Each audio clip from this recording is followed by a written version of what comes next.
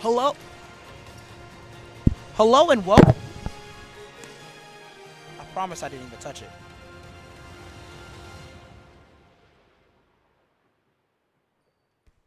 Hello and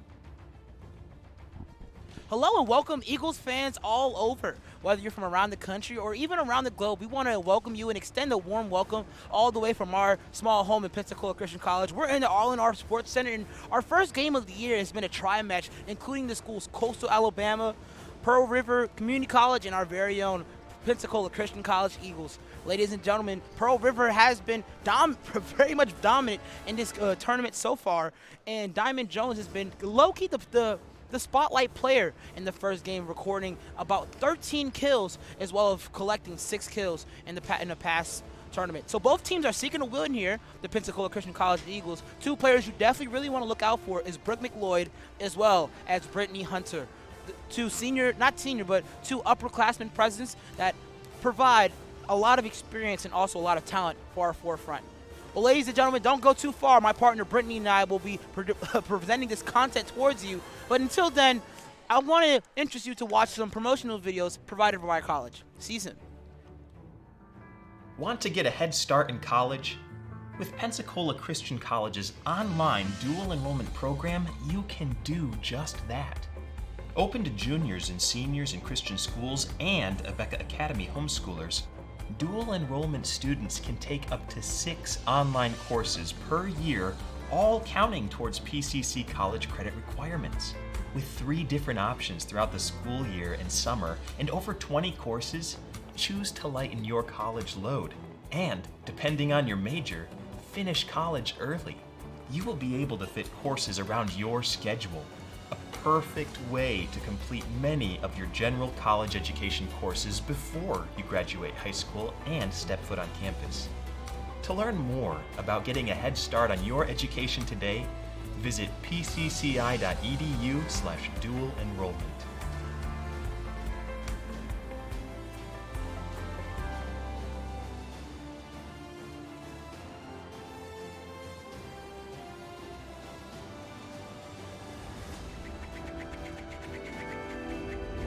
You only have one life. What are you going to do with it? This is a place where you can be empowered to fulfill God's calling and pursue your passion.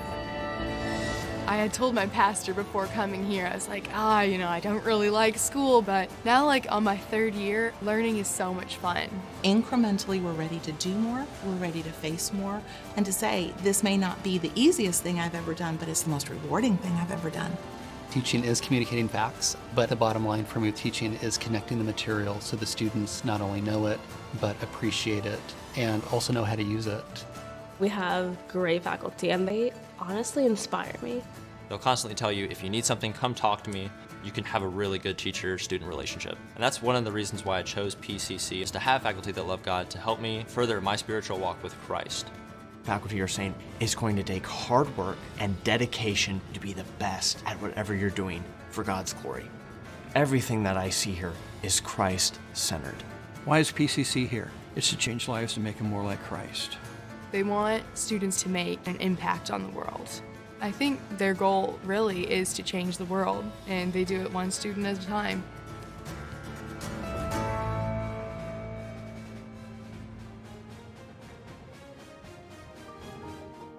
The field of business is exciting because it's constantly changing. It's constantly adjusting as our world changes due to various influences, not the least of which is technology. And so our students have the opportunity to study this changing environment. The goal of this department is to train young people to go out and be the best Christian accountant or marketer or advertiser or whatever the field is. We give them the tools that they need, and then we build and develop that as students go throughout their program. The information is being taught from a biblical Christian perspective. It's woven into every class that they are taking. Our program is practical, not just learning theory. Of course, we have to have a foundation that we're building from, but our students learn from our faculty, this is how you're going to see this concept played out in the workforce. Those students who go out and enter the workforce immediately, we routinely get feedback from those graduates saying, what you taught me, it really is what I'm doing, and I love this. This is what I've trained for. Our students enjoy our faculty, and our faculty love what they are teaching. So because our faculty enjoy it so much and they have such a desire to teach that love to our students fall in love with what they are doing. I meet with students almost on a regular basis who come in and say, my roommate or my friend is in the business department and they love their classes. Can I change my major to business? Yes, please.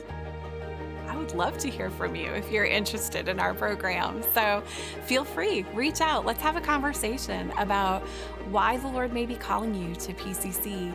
And I would love to answer your questions that you may have.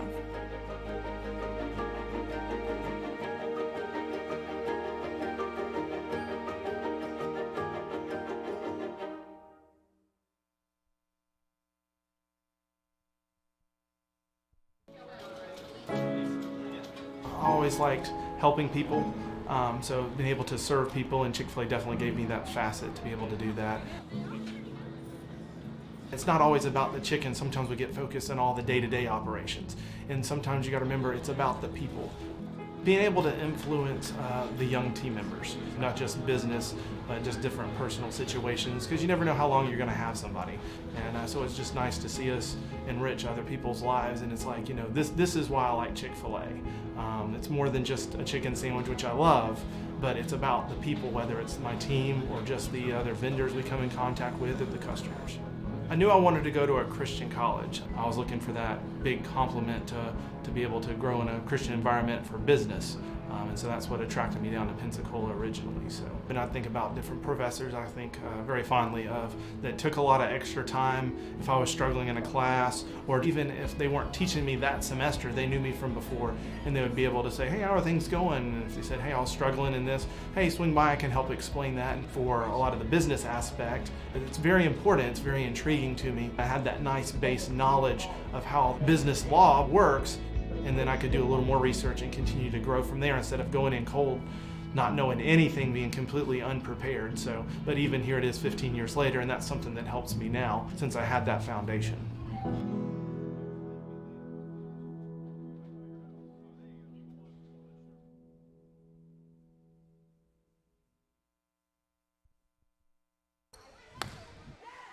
Hello, Eagles fans from all over, whether from inside the country or all over the world. I just want to take a moment and just welcome you to the broadcast that we have here of our Pensacola Christian College Eagles facing up against the Coastal Alabama East version of the school.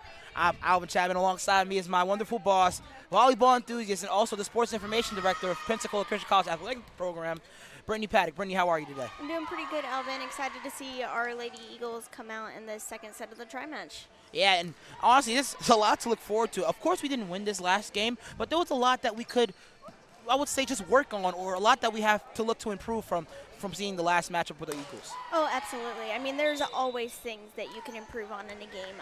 Coming up into this one, a lot of the same things I talked about last time with passing, making sure that we get our serves in, and then I'd like to see a little more movement on the front row, get our middle hitters a few more swings. Okay. Speaking of our middle hitters, what is a specific person on our Eagles team that you're really going to look out for and see how successful they're going to be in this game?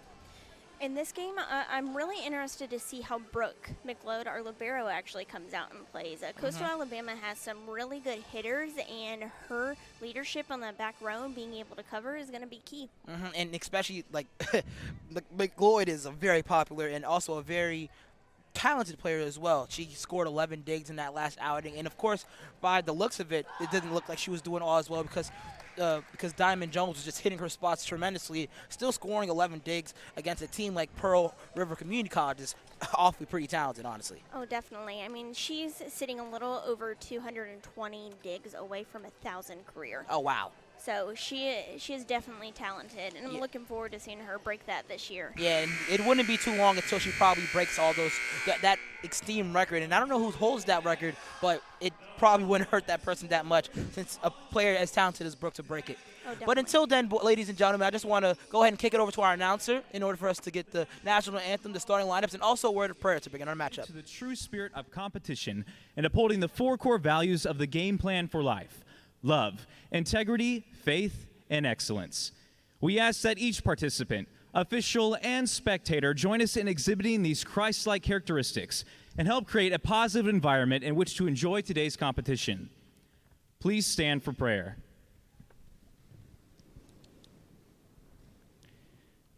Dear Lord, thank you that we can be here today. Thank you that the officials, the spectators, and the teams alike can be here. Bless each and every one of us, God, and help us to do everything to glorify your name today in this event. Thank you. In your name we pray, amen. Please remain standing for the national anthem.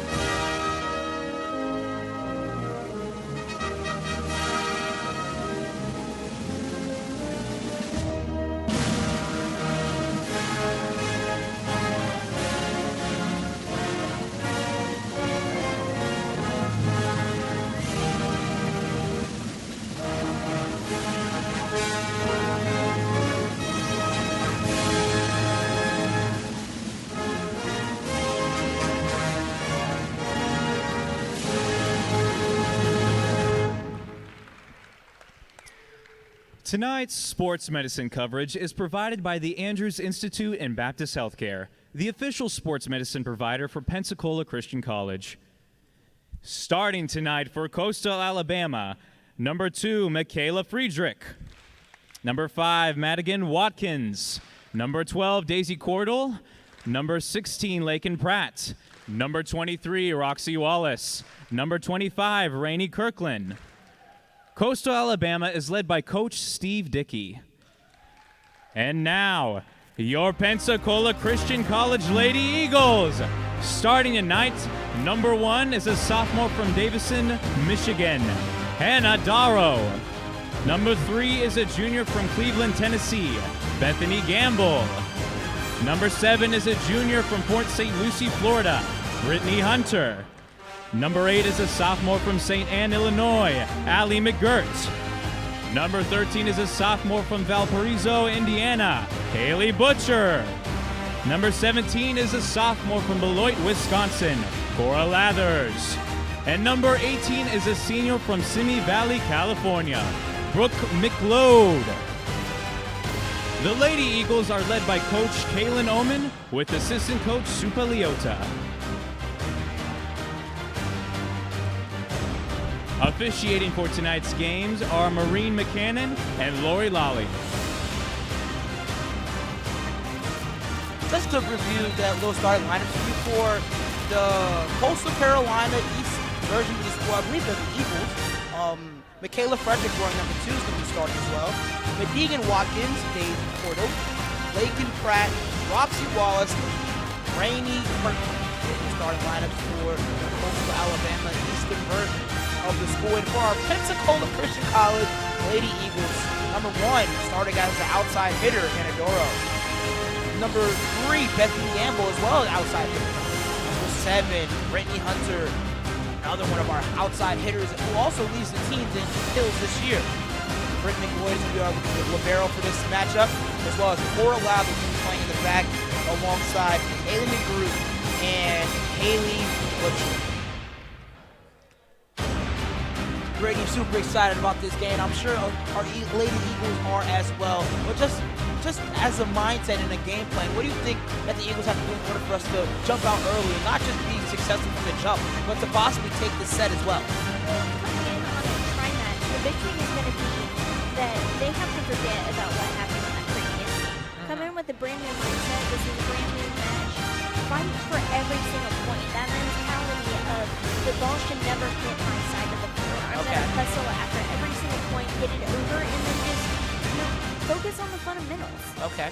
Okay, and one thing that I'd also realize that one thing that's different between this game is the start of Bethany Gamble, the junior out of North Carolina. What do you think coach's mentality was in going into that game for starting Bethany instead of Kenzie Volker? Well, a lot of it comes down to rotation and where they're starting out as. So with Haley starting out as the setter, it looks like they started a rotation back compared to last time, so that's part of it. And Coastal Alabama already gets the ace to start off the game. Not a good sign if you're the Eagles, but Michaela Fredericks back there for the serve. Gets it over to Gamble. Lathers recovers it. Sends it over to Hunter.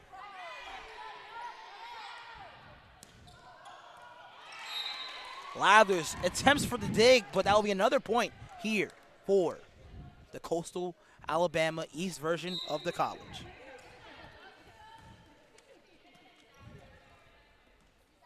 Hunter.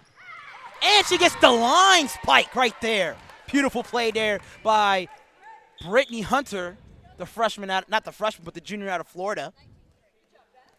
Is it with Brittany being Coming a more in for the experienced Eagles player, is 19, anytime Kenzie she's in that Volker. back row coming off of that first hit, as a setter, I'm going to send it to her. More of a chance of getting a kill that first time around.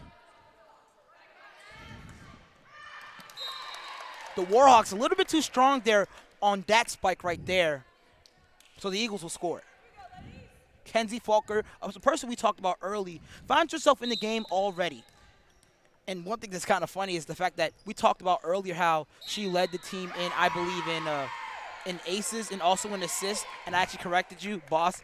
Here on live, I just want to apologize because indeed you were right. She holds the stat for both of those for both of those stats. So my question is, what do you think her mindset going into this year, being a freshman already leading the team in two really costly stats? Well, it's a lot of what I talked about earlier. She just knows that she has to build on what she established last year. She established herself as an extremely good setter. So just building on it, maybe lengthening her skills a little bit. And then as far as hitting goes, I already noticed something, is that she added the ability to place serve. And I was talking with the coaches before, and I was like, when did Kenzie start place serving? They're like, preseason. She picked it up over preseason, and now she's doing it during the game. Yeah, and she could do it pretty well. We saw a bunch of really good front hand and backhand. She's just setting it all over the place. Beautiful spike there also by Brittany Hunter. She had 6 kills in the last game, and she gets her first in this one. Beautiful spike there by Rainey Kirkland. Probably just going to refer to her as her last name. Kirkland gets her first spike of the game, and now we have a tied-up ball game, 4-4. Roxy Wallace with 7 kills last game. She hits it a little bit too far on that one. Almost like she was trying to serve the ball, like she was trying to find a position on the Eagles' territory to spike it down. Victoria Hamilton. But checks into the game is Sue Lee and also Victoria Hamilton. Sue Lee, the only freshman on this team so far. Last game she had 11 digs, and in her debut as the Eagle she had 9. Talk about her. Well, just the fact that she's exceeding expectations already as a freshman. Well, honestly, I was a little shocked to see her coming in as a defensive specialist because she does play the setter position as well. But having that dual option with her is really a great thing for Coach Homan, getting that choice, setter or defensive specialist. She reads the ball really well, which is why she's already starting coming in as a freshman.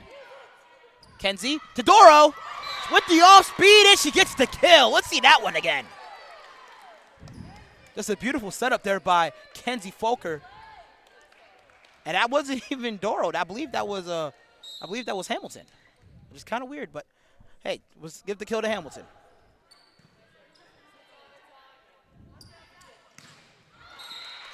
And the Warhawks will get a score there. Lakin Pratt gets her first kill of the ball game. Looking at a 7-5, but the Eagles are still in the lead. Volker to Butcher. Sets up Pratt. Volker sends it over. Kirkland. A little bit too much on that one. The Eagles are going to score off of that play right there. So you talk about Sue Lee coming in as a freshman. Just the number of calls she's made in the last few plays, determining whether the ball is in or out. That is a very hard thing to teach a player, and it seems to be something that she has picked up naturally. Gracie Ward checks in the game for Rainey Kirkland. And a beautiful block there by Butcher and Doro. Actually, my apologies, Butcher and Hamilton, making the Eagles now have a 9-5 lead. Butcher sends the ball over. Ward already being active in this game, but receives it by Bethany. Hamilton! Pratt with Sue Lee recovers. Hamilton will send it cross court.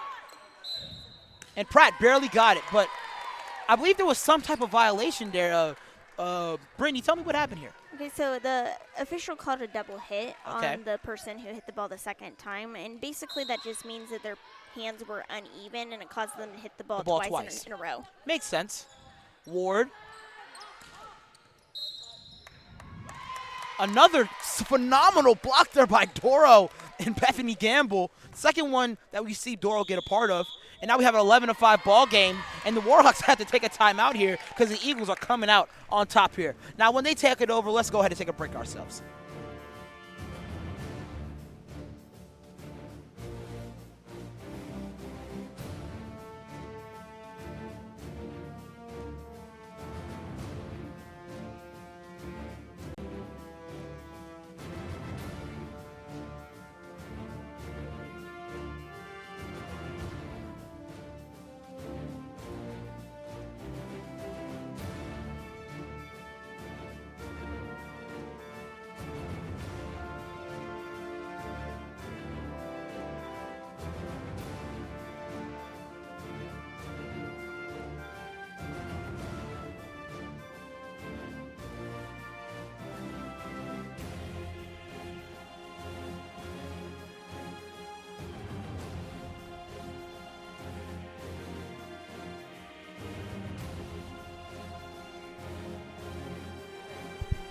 Welcome back, Eagle fans from all over the country and even all over the goal. Not the goal. I'm thinking soccer because of our tremendous soccer team. But all over the globe, bringing you guys back to this wonderful game that we have here between the Warhawks and the Eagles. The Warhawks are from coastal Alabama, the eastern version of the school, and Butcher goes for the serve.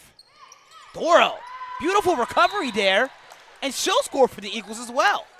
So that was a phenomenal play by Hannah, a quick jump up for the block, and then the timing to go back up and hit it back over. Just a solid play by Doro. Haley Butcher, the sophomore out of Indianapolis, is back for the serve. Ward sets up Fredericks, but it's recovered by McLeod. Haley sets up Hamilton. Recovered by Butcher. Gamble over to Hamilton. Recovered by Watkins. Watkins, she sends it over from the back row, and she somehow gets it, threads right through the Eagles' defense. How did she do that one? So that's just a really good ability on the hitter's part, coming up in the air, seeing that blocker there, and being able to make the adjustment mid-air. Okay. And you don't really see a lot of those back row attacks. Normally you just try to set it up from your outside hitters, but, man, what talent by Watkins to just get it out from the back row there. So having that ability and that option to have a player hit from the back row is something that as a coach and as a team member you cannot undervalue. It is so helpful to have that extra option. Christy Cadell, the person who just substitutes in, just hits that ball a little bit further than she expected, which makes the Eagles score again. This is a 13-7 ball game, and Hannah Doro was back in order for the serve. Doro scoring 2 aces in the last matchup. Ward over to Watkins, but Lee recovers it easily. Hamilton. Watkins. Hamilton gets it over. And she places the ball in a position where the Warhawks cannot recover. The Eagles are really being dominant in this first set here. Hey, that's something I like to see. Anytime we can come out and dominate, it's well, I love it. What can I say? True Eagles fan. And one of the best that I've known for sure. Recovered by Sue. Butcher sets up McGroot. Bethany Gamble tries to recover it, but she found herself in a situation where she couldn't get the ball over the net because she was low-key right under it. Oh, yeah. So that's a tough spot to be in, and getting that ball out of the net is so much harder than people think it is. Patterson. Hamilton, no, not Hamilton, but McGroot, and she'll get the kill here. See, Tori and Allie have a very similar look from our angle, and I know personally from calling stats last year that at times it was very hard to determine between the two of them. Yeah, and another person to tell, Tori and another person that's really hard to distinguish is Tori and Lathers occasionally. Man, like they're both so good, and like when a stat happens, it's just hard to tell the difference. Great recovery by Gamble. Hunter tries to get the ball over, but just hits the ball a little bit too short. Eagles still maintain the lead here, 15-9. Gracie Ward checks out the game for Rainey Kirkland. And Fredericks is back in for the serve. Recovered by Lathards. Hunter mistimed it, but still gets it over. Haley sets up Hunter. Watkins finds a way and threads the needle between the Eagles' defense, making this a 15-10 game. And that's something that our blockers are going to have to look out for sure. You don't want too much space coming in between your two blockers. Any inch will allow the hit to come through. Great decision there by McLeod, and honestly, that could have went either way. Cadell with a beautiful save, not a beautiful save, but a beautiful serve over to the Eagles' side, and it was literally inches away from the boundary line. Folker checks back in. Folker leading the team last year in assists and also in aces, and sails that one over. Interesting setup we have here. Coach Oman has both of her primary setters in. She has both Butcher and also she has Folker in the game. One thing that is super interesting is the fact that Haley can do both. And although she has the ability to do both, but she hasn't really started hitting until she got to college. I mean, definitely that is an amazing option to have. Anytime you have a setter who can also play the front row and hit, that's an advantage for the coach and for the team. That way, if the main setter gets the first hit, well, now Haley can step right up and get that set. Brittany Hunter getting her second kill of the game, and McLeod sails the ball over. And I believe she just got an ace, and she's fired up about it. Yeah, Brooke definitely has a tendency to get excited during games. It's one of the things I love watching during the season. Kind of reminds me of David Stiefel on the soccer team. The Warhawks try to get it in, but Brooke McLeod saves it. Go. Let's see if we can try to get a rally in, but Doro mistimed it. That would have been beautiful. She could have got a hand on it. I say that is just an absolutely great hustle by your players, and you can't be disappointed with that. Wallace back for the serve. Recovered by Malloy. That goes over, but Folker beats her to it. But I believe that's a line violation right there. That was actually a back row attack. So Kenzie Folker is currently on the back row, which means that she can't come up. She cannot come above the net when she jumps. Okay. And hit it over if she's in front of the 10-foot line. Okay. I mean, great effort nonetheless, but I mean, we get the point back anyway. Exactly. With a 19-13 ball game by the Eagles. Hunter checks out, as well as Corey Lathers, and we're kind of seeing a similar rotation every now and then once the Eagles make a rotation around their half of the field. Lean with the ball over. Cadell sets up Wallace, I believe, and Sue with the beautiful save. Man, she could have kept that one in the Eagles' territory. That would have been a beautiful dig by the freshman. Oh, definitely. A lot of potential there, and I talked to Coach Oman in great length about Sue Lee, the freshman out of Hawaii, and she's super excited to have her on the team and looking to have her in the future be kind of that person to run the offensive defense. And a beautiful attack there by Doro. Let's see that one again. Super aggressive move by the sophomore from Michigan. Man, I don't know whether she got her skill naturally or from your brother, but she's one talented player, Paddock. I mean, my brother, I'm sure, would love to take some credit for that, but Hannah put in quite a bit of work through her high school years. Miscue there by the Warhawks, and now the Eagles are in the driver's seat of this set, having a score of 21-14. Butcher back for the serve. Ward. Beautiful save by Hamilton. McLeod gets it up. Doro. Doro again. Ward. And the Eagles score once again, 22-14. And Brittany, this might be the first time this year that the Eagles win the first set.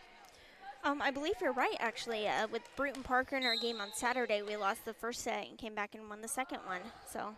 Yeah, and that's not necessarily a bad thing. But, you know, we only had 3 games this year. But Doro with another beautiful timing on that shot. That's just spatial awareness right there. So the fact that the defender was coming up, so the area behind her was just literally wide open. Oh, definitely. I say, and as a front row player, those are the over balls that you like to see. Nice and high where you can just get up and kill it. Ward, back set. And Sue with the beautiful save. Sets up Doro. Let's see if she can get another one. Watkins. Actually was Pratt. My apologies on the miscue on the name. But she scores here for her team, and she begins to subs out. Number 11, Christy Cadell checked into the game and is back to serve. 23-15 ball game here for the Eagles. Let's see if they can close up this set. Butcher sets up Hamilton. Sue Lee with the recovery. Gamble. Ward, she sets up. And that just touched the mark. I believe that hit was by Watkins, I believe. I said that was just great placement on her end, being able to get around those blockers and put it right in a few feet past the 10-foot line. Haley to Doro. Doro putting the ball in an uncomfortable position for the defense. Butcher, back set to Doro again. And Gamble comes through with the block here for the Eagles. Now we have one more point in order for us to win this set. So I really love how our front row is taking advantage of those overpasses, and we're either placing them straight down to where a player's not at, or we're just getting up and killing them. Doro. Ward sets up Watkins. Beautiful block there by Gamble and McGroot, but that sails out of bounds, making a point for the Warhawks. Doro checks out, and in comes the libero, McLeod. 24-17 ball game here. And this is the match point here for the Eagles. Abby Patterson hits the ball over.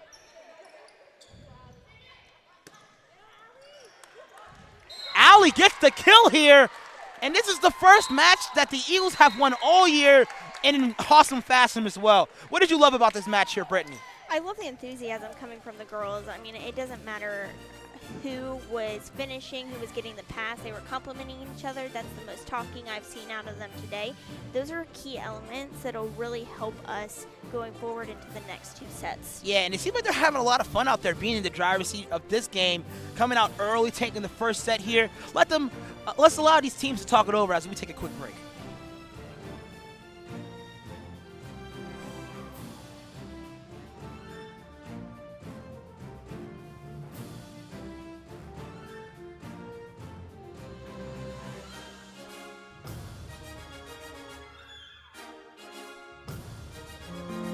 What makes you smile? Time with people you love. Making a difference at your work or ministry. Fun memories and the little things that make your day. Going to graduate school can mean giving up those things, but it doesn't have to. With an online master's degree from Pensacola Christian College, you can reach your goals and still be there for family, work, and ministry. Of course, earning a graduate degree comes with challenges, like money and time. But with online learning, you can get a degree that's made for your schedule and budget. One that only costs a little over $10,000, with a flexible payment option too. And with online learning, you can learn anytime, anywhere, with classes that fit your schedule. Take the next step by choosing one of several master's degree programs: business administration, educational leadership, ministry, Bible exposition, and others. At Pensacola Christian College, you'll get a biblical perspective and insight from caring professionals and ministry leaders. So when you graduate, you won't have just a diploma. You'll have confidence to go further in your ministry or career, and you'll still have those memories that make you smile. It's graduate school built for real life. Graduate school built for you.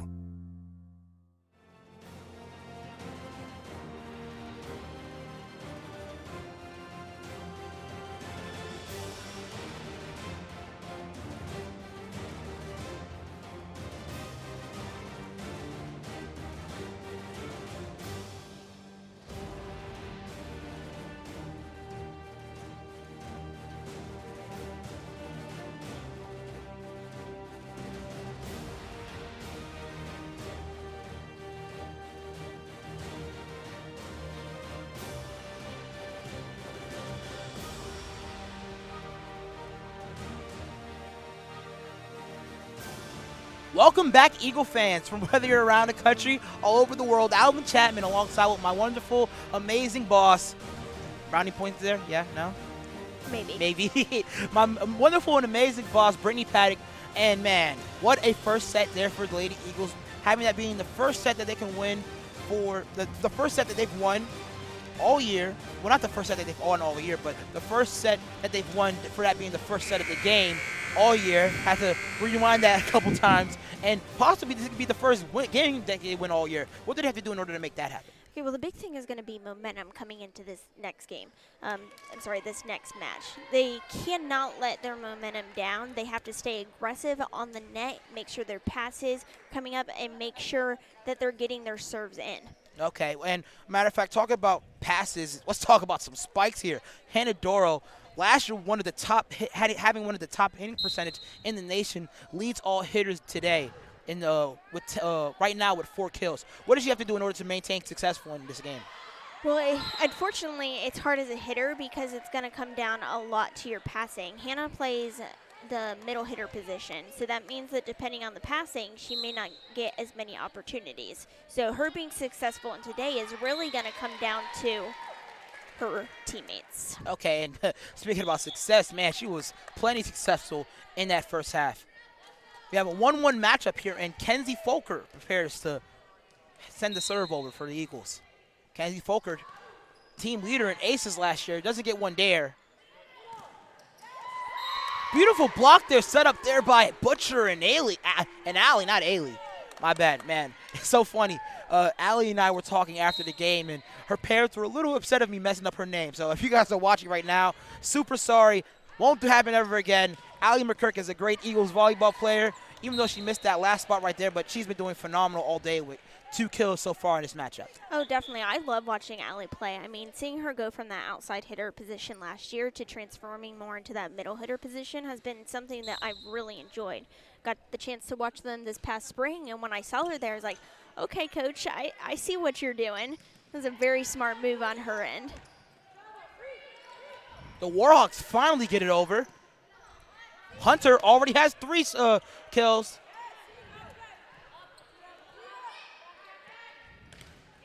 Beautiful stop there by the Eagles, and it results to another score. Allie really seems to be getting her timing down for blocks, and that's going to be key. And one thing that's really great is that the Eagles are just right out the gate of each set are just coming in with a lot of aggressiveness. And they can't let that die. They need to keep that aggressiveness throughout each set until the final point is played. Out of bounds there by the Eagles. The Warhawks will take the point there, knotting the matchup so far 3-3. Wallace. Doro. Watkins. Quickly sends it over. She saw the hole in the Pensacola Christian College defense, which will add another score for the Warhawks. Say, Brooke kind of saw where she was coming with that tip, but just didn't quite have the momentum to get there in time. Roxy Wallace is in the backfield. And I believe that was another violation where the back player, you see me learning here, where the back player, which is Kenzie, put her hand over the line, which makes a violation, awarding the point for the Warhawks. Man, I can learn a lot from my boss, can't I? Oh, well, I try. I try to be a good teacher. We'll see how good of a student you are. Kenzie over to Doro. She tries to spike it down hard, but beautiful block there.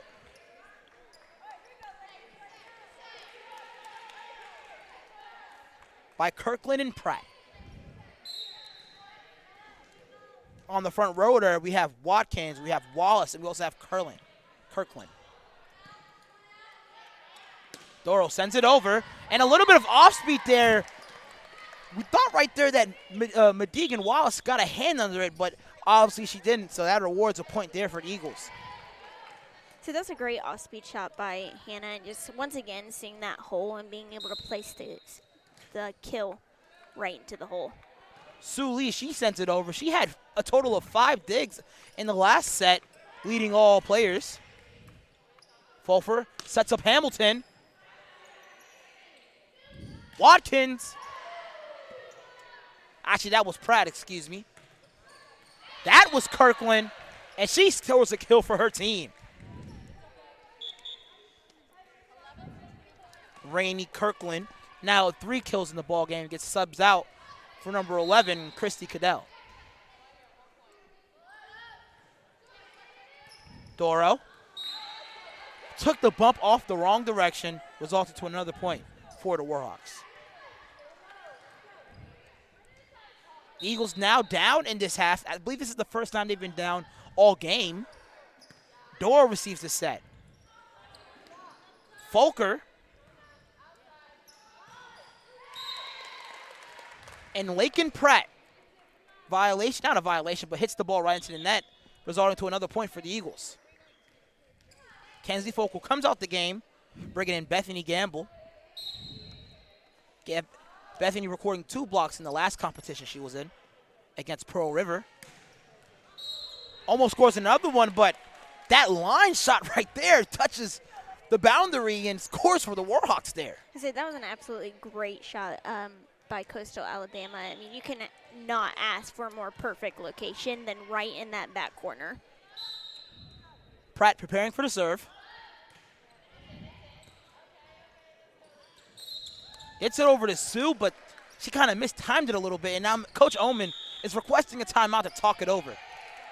What do you think that she's going to be talking with her girls about in this timeout? Getting momentum together, cleaning up on some of those small fundamentals, passes, movement. Once we get the passing and our movement back together, everything else should flow in the offense. So it's like we talked about, keeping momentum up, still going out and fighting with that force, and then just fighting for every single point. Yeah, while they're discussing how they can fight for every single point, Brittany and I are just going to take a couple moments to take a quick break.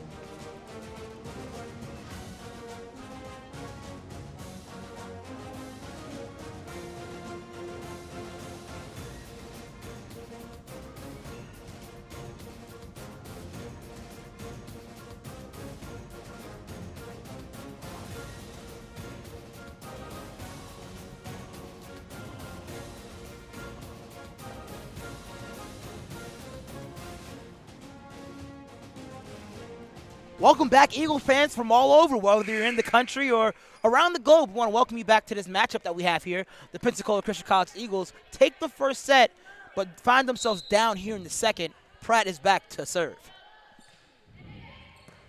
Lee receives it. Gamble!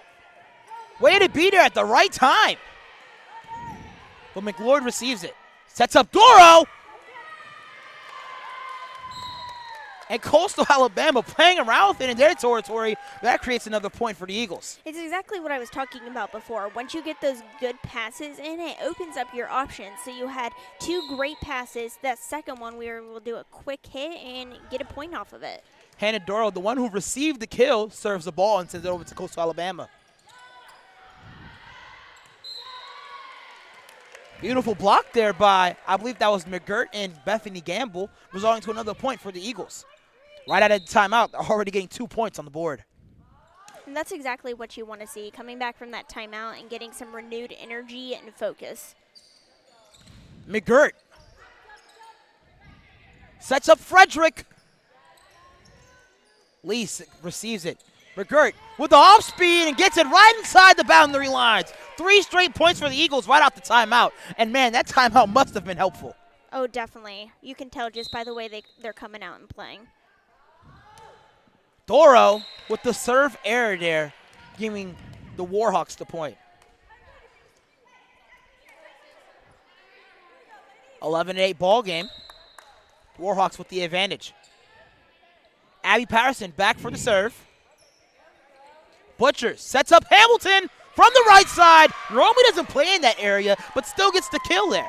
Oh, no, definitely not. So normally for the first play of the game, they'll stay in their locations, and her coming in on that weak side, just a perfect opportunity for her to get the kill. Beautiful kill there by Hamilton, but she subs out as Cora Lathers, and also the team leader in kills, Brittany Hunter, checks in the game. Fredericks. She set up Watkins, but that didn't work. A little bit of off speed there by McGroot. We got her name right that time. That's a, yes, oh, I didn't. Oh, wow, man. No, I didn't. McGirt, there it is. McGirt. Her parents that are watching, extremely sorry, but your girl just got a wonderful kill. Fredericks tries to send it over, but a beautiful block there by McGirt. There we go. McGirt. It's going to be a long season, man. But Lathers is in the back to take another serve, and now we are looking at a tied-up ball game between the Warhawks and the Eagles. Lathers sends it over. Fredericks, ball's over, but Bethany Gamble takes advantage of the long serve. Watkins, Gamble hits the floor but couldn't come up with the ball.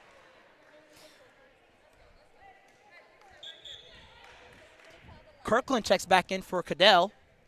And Fredericks in the back to serve. Lathers receives it. Haley sets her up, and Brooklyn sends it over. There goes Fredericks. She gets over to Watkins, and that goes a little bit too far than she expected. Both teams giving each other points, none of them scoring for themselves. And that's what you don't want to see as a player and as a coach, is your team just handing over points. You want to make sure that you aren't the one making the mistakes. Yeah, you want to make sure that all points that are given are earned. Kenzie Faulkner, team leader in aces last year, doesn't get one that time.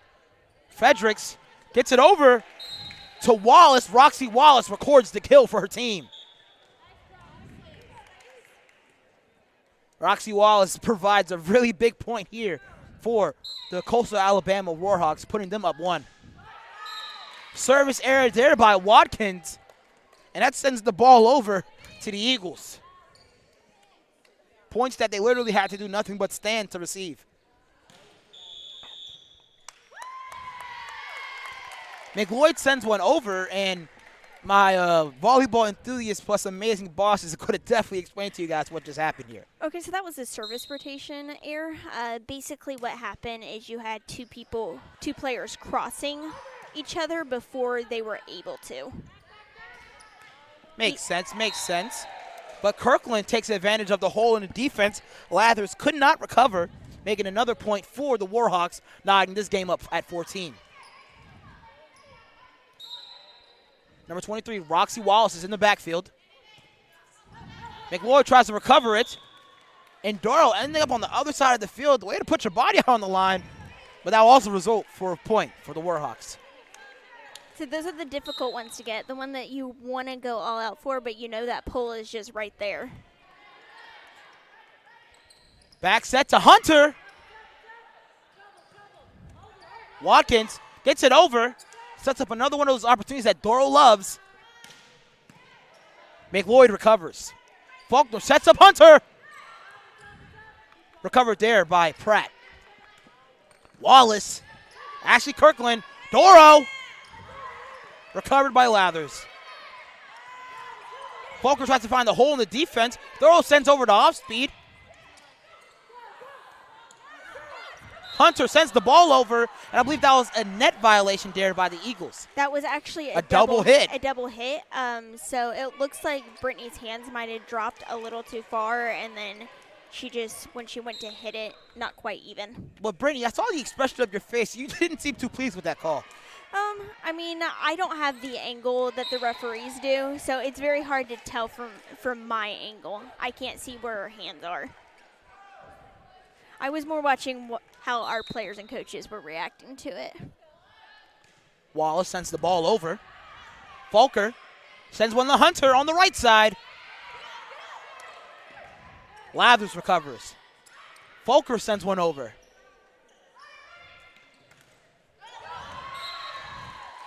And Kirkland gets the kill there. I believe that's her 5th kill of the game.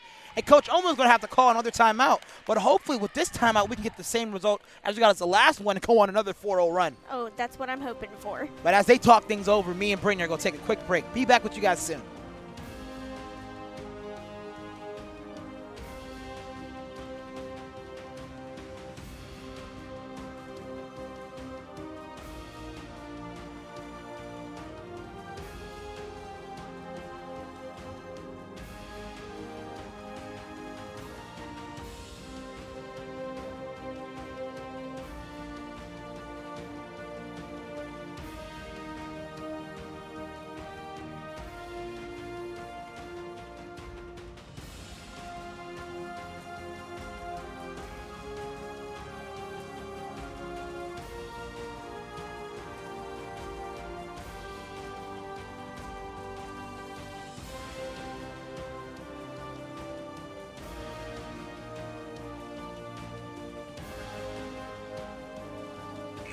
Welcome back, Eagle fans everywhere, whether you're around the country or around the globe. We want to welcome you guys out here for the broadcast that we have to provide you guys. Alvin Chapman alongside with my wonderful boss, Brittany Paddock. And the Eagles are down in a 4-0 deficit. How did this happen here, Brittany? Just the simple things. It's the not finishing. Honestly, Coastal Alabama did a really good job of using their momentum to come back, and sometimes that just happens. Volleyball is a game about momentum, and so you want to try to keep that on your side.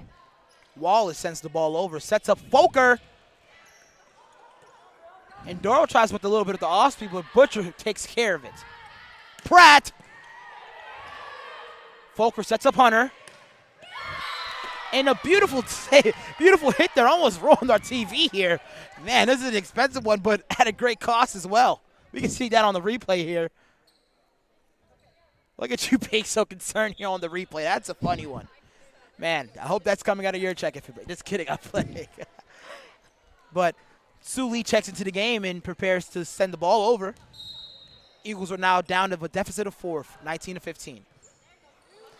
And once again, same thing we said last time. Do not count our team out. They have this ability to come back from behind. They've done it before, and I really think that they can do it this time. Beautiful spike there by Madison Mathis. Let's go ahead and see that one again. Puts herself in an easy situation there and just finds the hole. Christy Cadell that back there to send the serve over. Butcher's going to have to send it over. Pratt. McLeod recovers. Kenzie, back row set. We tried that 3 times last game. Didn't work, but it certainly worked this time. And McLeod is fired up. I see Brooke being able to take that back row attack, like I've mentioned before, is just an absolutely great option for a setter when you are having passes that are behind the 10-foot line. To consistently go to outside becomes predictive, and so you need to get another option, and the back row is that perfect option. Pratt, right off the hands of Butcher, and she'll record a kill. Lakin Pratt, wearing number 16 in the jersey, puts on the 21st point for the Warhawks, making now the Eagles being down by a score of 16-21. Sue sends it over. A little bit too strong there. 22-16 here by the Warhawks. The Warhawks are looking to try to close the door of this set and make this an equalizer. Long. Not the bump she wanted. Bethany recovers it. Beautiful block there by the 2 ladies of the Eagles. Gamble almost trying to find the hole. Fredericks finds Sydney Schultz, recently checked into the game. Fredericks, she sent it herself. The freshman almost gets it over. Bethany Gamble tries it herself. A little bit of a collision over there on the opposite side of the floor, but it results to the Warhawks still taking the point. So I'm always excited to see players go after a ball like that, but it does make me nervous when they start colliding. Yeah, and man, what a play it would be if she actually would have recovered it. Pratt in the back, sending the serve over. McLeod. Back set over to Doro, and I believe that was a deflection, so that will be it. Eagles point right there. So it seems like this game that back set has been our most effective attack, and so I would like us to see it utilize it a little bit more on that first hit. And it was a great spatial awareness situation there for Doro. She could have slammed it down hard, but she chose the off speed, which honestly threw off the defense. Hamilton. Back row set there by the Warhawks, and it was a little bit too strong. I believe the back set was set there by Pratt, the lady who also sent over the 2 serves earlier. Now Doro will be sending a serve over. A little bit too strong on that one. I believe that's her second service error of the game. Say her last service error went into the net, so I think she just overcorrected a little this time around, which happens. Yeah, we didn't really see Doro do much of the serving because normally Jade Elvison would come in and then just serve for her. But Coach wanted to switch things up a little bit. Hamilton with the off speed. A lot of topspin on that pitch. Not pitch, but hit. Butcher to McGroot. To McGirt, actually. Every time she gets a kill, she always scores. So maybe I shouldn't. Actually, I'm not going to do that. But great effort there by Allie. Beautiful set by Haley. And she just executed really nicely. Oh, definitely. Hunter and Cora Lathers comes into the game here, and Cora is going to be back there for the serve. This is the match point here for the Warhawks, and let's see if they can try to convert here. Fredericks tries her hardest, and I believe that was a net violation. Did I get it right, boss? I believe so. Oh, actually, no, she's switching it up, I believe.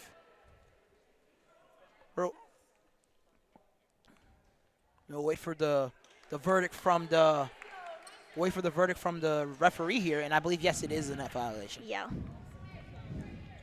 And this would be really big for the Eagles here, being down by almost 5 and 6, for them to come back at this team's match point and probably take the set. Well, like I've said before, it's really just 1 point at a time, and it's definitely something that our Lady Eagles can do.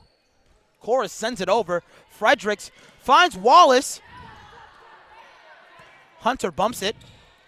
Tries to find Bethany Gamble, but it heads off her hand incorrectly. So the Warhawks will take over this set. Now they equalized it, but now we have a ball game, ladies and gentlemen. Definitely. But ladies and gentlemen, we'll be back here after we'll be back here after a short break as both teams decide to talk it over.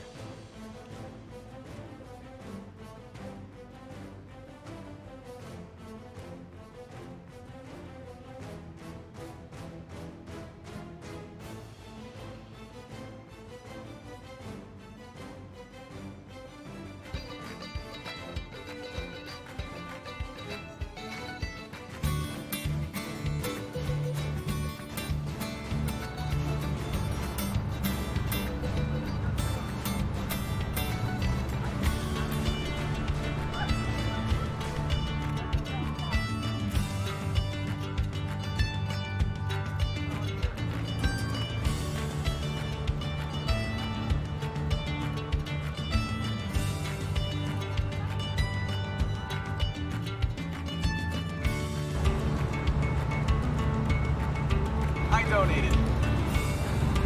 I donated. I donated. I donated. I donated.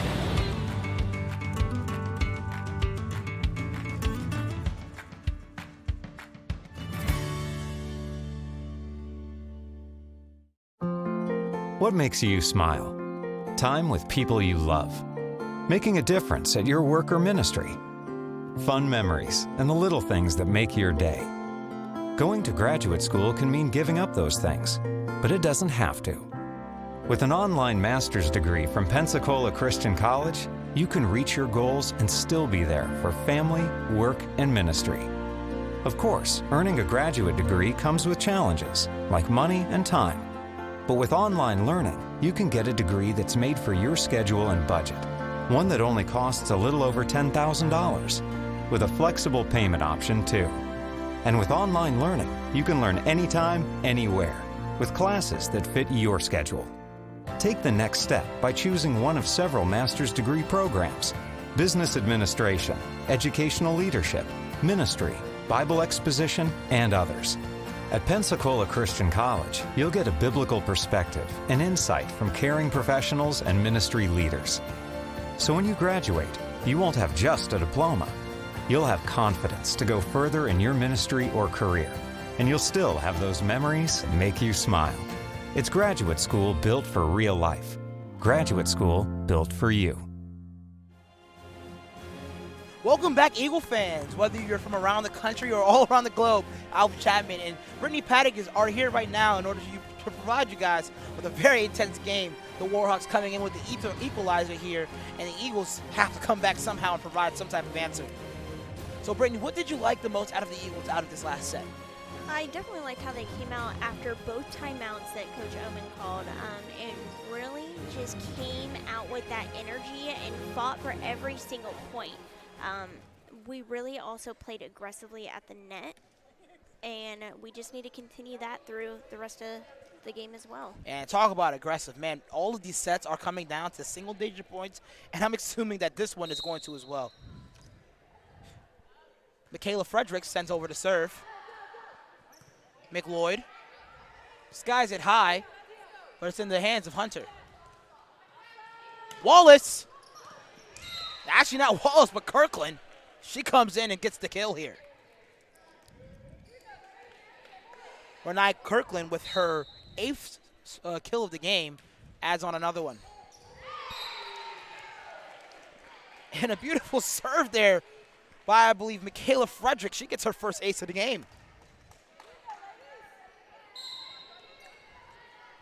Frederick sends the ball over. McGrory.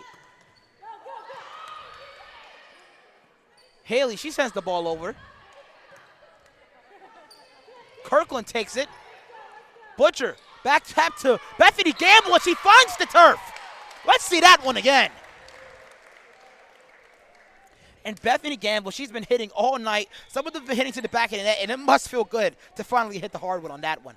Oh, when you've been struggling connecting with the hit, with the ball, and really getting it into play to finally get that kill down, there's no greater joy. Yeah, it's almost like a sigh of relief, like, oh my goodness, finally. It's not over, it's not in the net, it's finally right where I wanted it to be. Allie. Jade just recently checked in. She gets her first kill of the season, and she just put the ball in a position, not where it can hit the floor, but it puts the defender in a tough position to receive it. Kenzie Folker, she sends it over, leads the team in the aces, doesn't get one that time. Wallace sends it over, and Cora with the beautiful dig.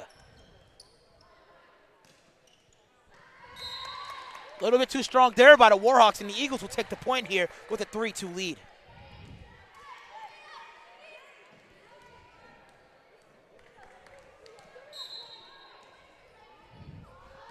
Folker, she sends the ball over, and with another service error, giving the other team a point.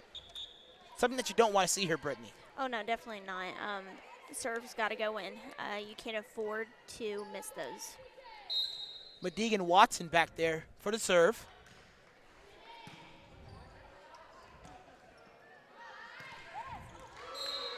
And a beautiful spike there by Pratt. Finds the turf there, not the turf, but the hardwood there for the Warhawks, making this a 4-3 ball game. Madigan Watson back there. Kinsey sets up Jade.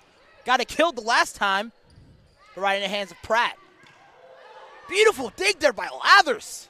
Hunter sends it over, and she gets a kill. Let's see that one again. So that was just an absolutely incredible play by Brittany to find the spot in between the two blockers and send it right through. Just enough of a gap for the ball to go through, and she found it. And that's exactly what Coach Oman has been working with and stressing her team about. Not just getting above the net and hitting just to hit it over to the other side, but hitting it to a spot where the defense can either struggle or they're just not there at all. And beautiful call there by the senior libero out of Simi Valley, California, with the smart decision not to touch the ball at all. Pratt here Gets blocked by the Eagles. She'll try another one. Tries the off-speed situation. Kirkland saves it. Brittany sends it over. Great block by Jade and Doro. Lathers recovers it. Sets up by Faulkner. Here comes Hunter. Halverson, she sends it over quickly. Halverson playing a lot of setter when she was in high school. Now playing a hitter. And Cora Lathers, she's recovered a lot of digs, but she didn't get that one. So she may not have gotten that one, but I've been very impressed watching Cora step up. She went from very little playing time last year. I think she only got into 2 or 3 games, coming out and playing a majority of the sets and getting an amazing amount of digs and just stepping up all around. And that's what, honestly, is expected. You come in 1 year, don't play at all, and then a lot of people either don't return or graduate. I mean, you got to step up, especially if you expect the team to be successful. Service error there by Wallace. And now this brings another point here for the Eagles. We're going to get our occasional sub that we've been seeing all game, Sue and Hamilton in for Hunter, and I believe Kenzie. No, not Kenzie. I believe Cora. There it is. Pratt. She tries to send it over, but Doro and Jade is literally like a brick wall over there, not allowing that one to come over to their side. Saying a brick wall is a great analogy. That's exactly what you want your hitters to be. You don't want, your blockers to be. You don't want anything coming through. Here comes Pratt. Recovers it. Frederick, she sends it over herself. And great decision there by the freshman to not even bother the ball, but just let it go sky high. Now the Eagles have a comfortable lead of, I believe, 2 or 3.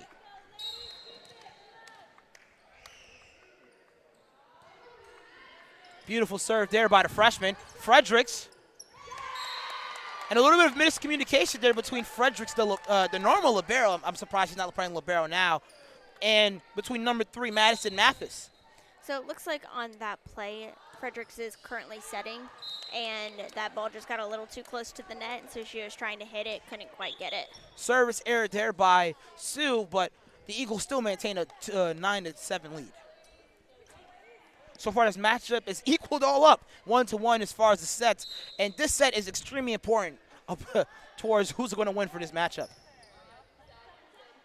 Volker over to Jade and puts the defenders in a terrible situation, and she's fired up. Let's see that one again. So once again, it's that thing I was talking about, that weak side hit on the first play. We have been very effective with that all game. So the more we can do it until they start catching on, keep on sending it that way. Jade Halverson, a junior, actually, no, I believe she's recorded as a sophomore here, but she came my year. I believe she's a sophomore by athletic years. But her first year playing, she didn't really play much a lot. She had a lot of ACL problems. And then now she's back here already getting 2 kills, and the first kill coming here today. Fredericks tries for the back row situation for the Warhawks. Doro, she gets it up. And I believe she'll get the kill as well. The Eagles are taking over in the driver's seat of this matchup. Let's see that one again. And a beautiful spike there by Hannah Doro. She has one of the top hitting percentages in the country. She leads all people in this game with, I believe, 10 or 9 kills in this matchup.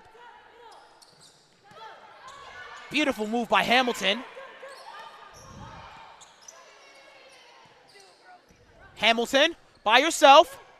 Almost got the piece of the wood right there. Sue. Hamilton. She'll get a kill. Let's see that one again. And as I said earlier, not necessarily trying to hit the ball to put it on the ground, but hit the ball so it puts the defender on the other side in an uncomfortable situation to try to return it. That's a very hard choice to make as a defender. You see that, and you're like, oh, it may be out of bounds, but it's coming right at me, and so you got to make that split-second decision. And Haley Butcher with such a beautiful ace right there. And I believe she leads the team this year with aces with 5 on the season, and the Warhawks are going to have to talk it over. Let's give them a break in order for them to do so.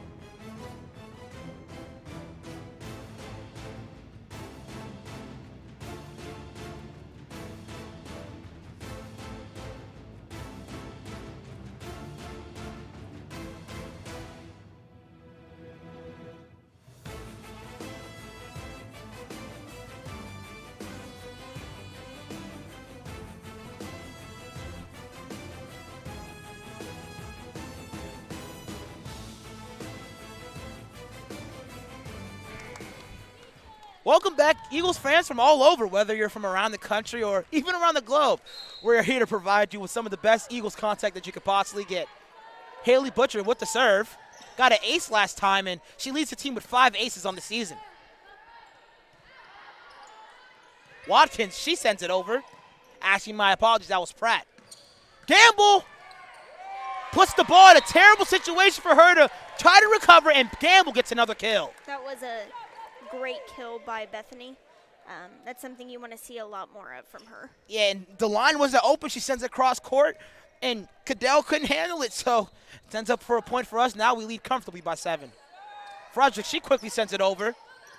Doro tries to recover it, and, man, my boss is just protecting me over here in the booth right here. Man, I don't know. Like, it's either you like me a lot or you just don't want me to get hurt. I don't know, Brittany. I think these girls are trying to test my reflexes right now. That's the second or third ball that's come our way. I mean, hey, I think Coach Oman has an extra jersey back there. Throw you out in the back line, you know, see you playing like Cora Lathers back there.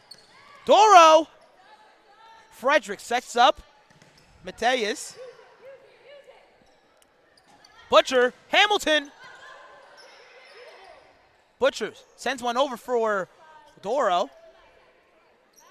Back row set for the Warhawks. That's just a little short. We talked about a lot of those back row sets. They have them in order for them to balance it out so it doesn't look like they're trying to go from left to right every single time. But, man, for a lot of liberos or a lot of back row players and defensive specialists, it's really hard to handle sometimes. Oh, definitely. It's just a lot harder to get a block on a back row attack than it is a front row attack, and so it leaves the backcourt space a little more vulnerable and makes it that there's more room that the libero has to cover. Pretty interesting here. I believe Coach Oman called a timeout here. I believe there was a substitution error, but we're probably just going to leave it over to the officials to check things out.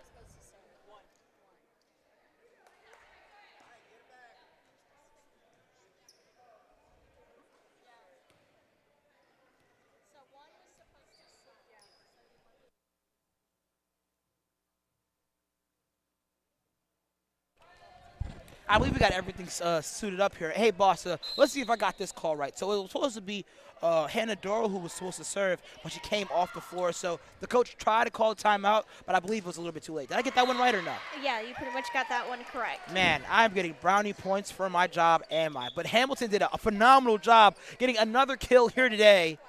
And we're seeing the routine substitution that we normally get here. We get Cora in, we get Hunter in. And, man, what a game here for the Eagles. Now we're in the driver's seat of this matchup, leading 16-9. This is a lead you definitely want to keep. You don't want to let go of any momentum. So capitalize on it and finish the set as soon as possible. Fredericks to Matthias. Not Matthias, my bad, to Sydney Schultz.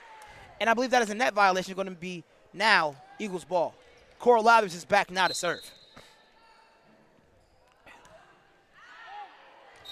A little bit too strong there on the throw there, not the throw, but by the hit there by Lathers. But that's going to be now Eagles handing over the ball, but we still lead 17-10. Frederick is back there for the serve. Received there by our libero. Gamble.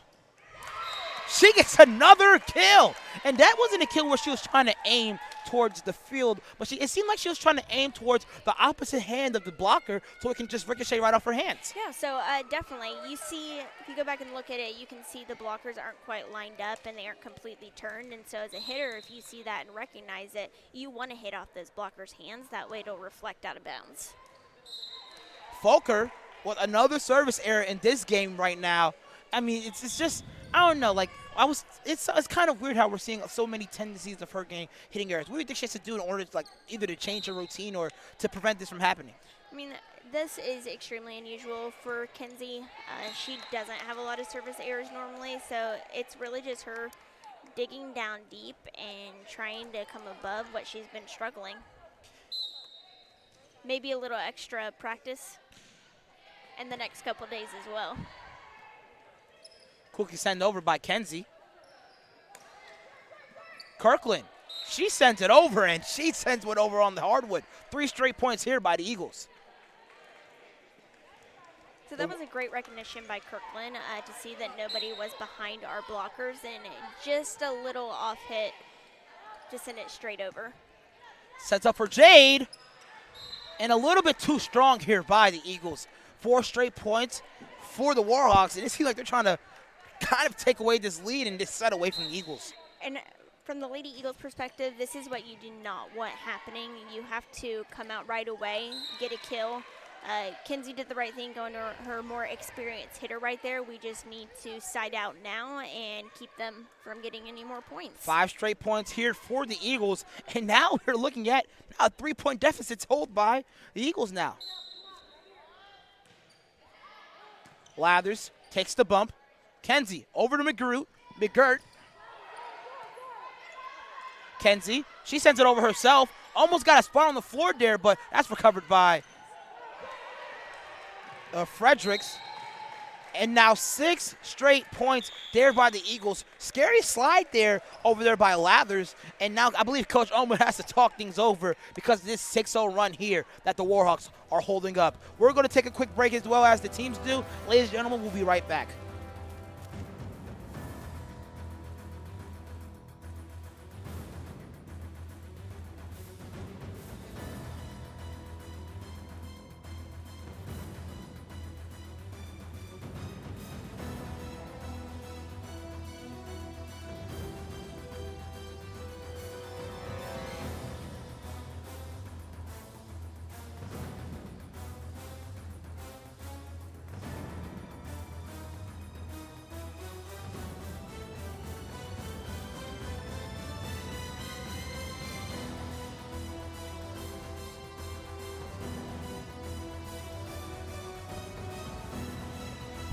Welcome back, Eagle fans everywhere, whether you're from around the country or even around the globe. We're super excited that for my boss, Brittany Patnick, and myself, Alvin Chapman, to be bringing this game to you guys. Now Watkins takes a serve. Lathers there for the recovery. Hunter hits it right into the net, and that is 7 straight points here for the Warhawks. Should the Eagles be worried here, Brittany? Not necessarily worried, but as a coach, she just called that timeout to try to calm their nerves a little bit. But sorry, I'm getting caught up watching this game instead of talking. And now we have a tied up ball game. 8 straight points here for the Warhawks. Maybe they can even take away this set as well. Watkins back there for the serve. Lathers recovered. Eagles in desperate need for something here. McGirt, she hits it a little bit too far, and now the Warhawks finally take the lead here.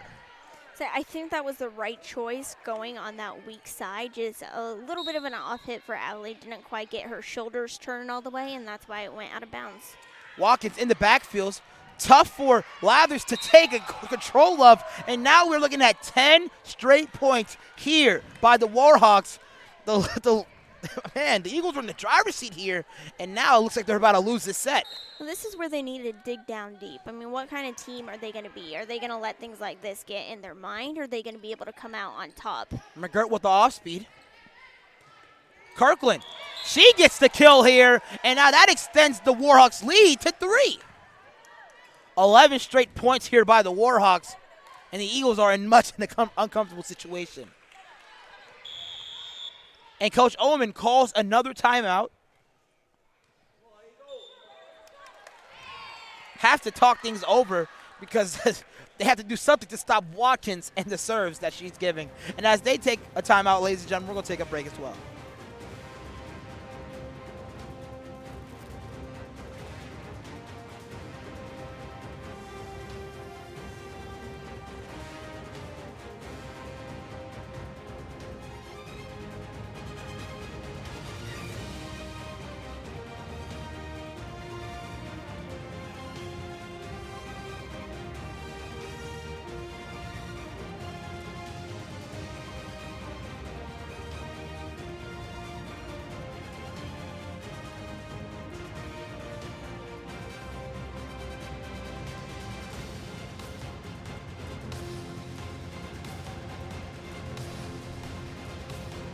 Welcome back, Eagle fans from all over, whether you're from around the country or even around the world.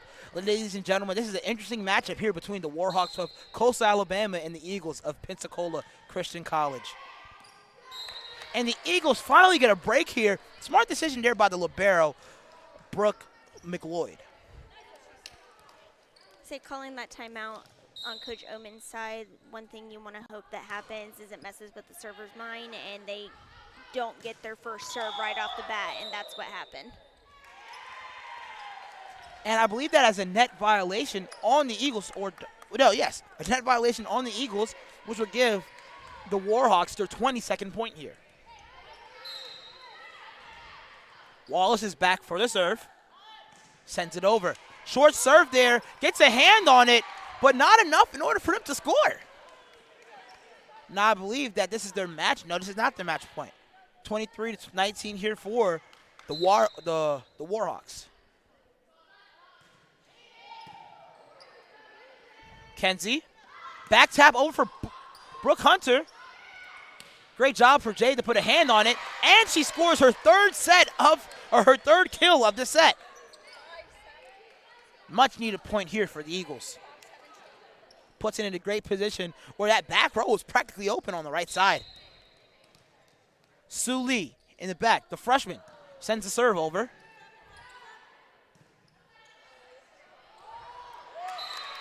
And that is another point there for the Eagles. A miscue by number 23, Lakin Pratt. And now Sue Lee gets the opportunity to get a rally for the Eagles. Sue Lee sends it over. Fredericks sets up Kirkland.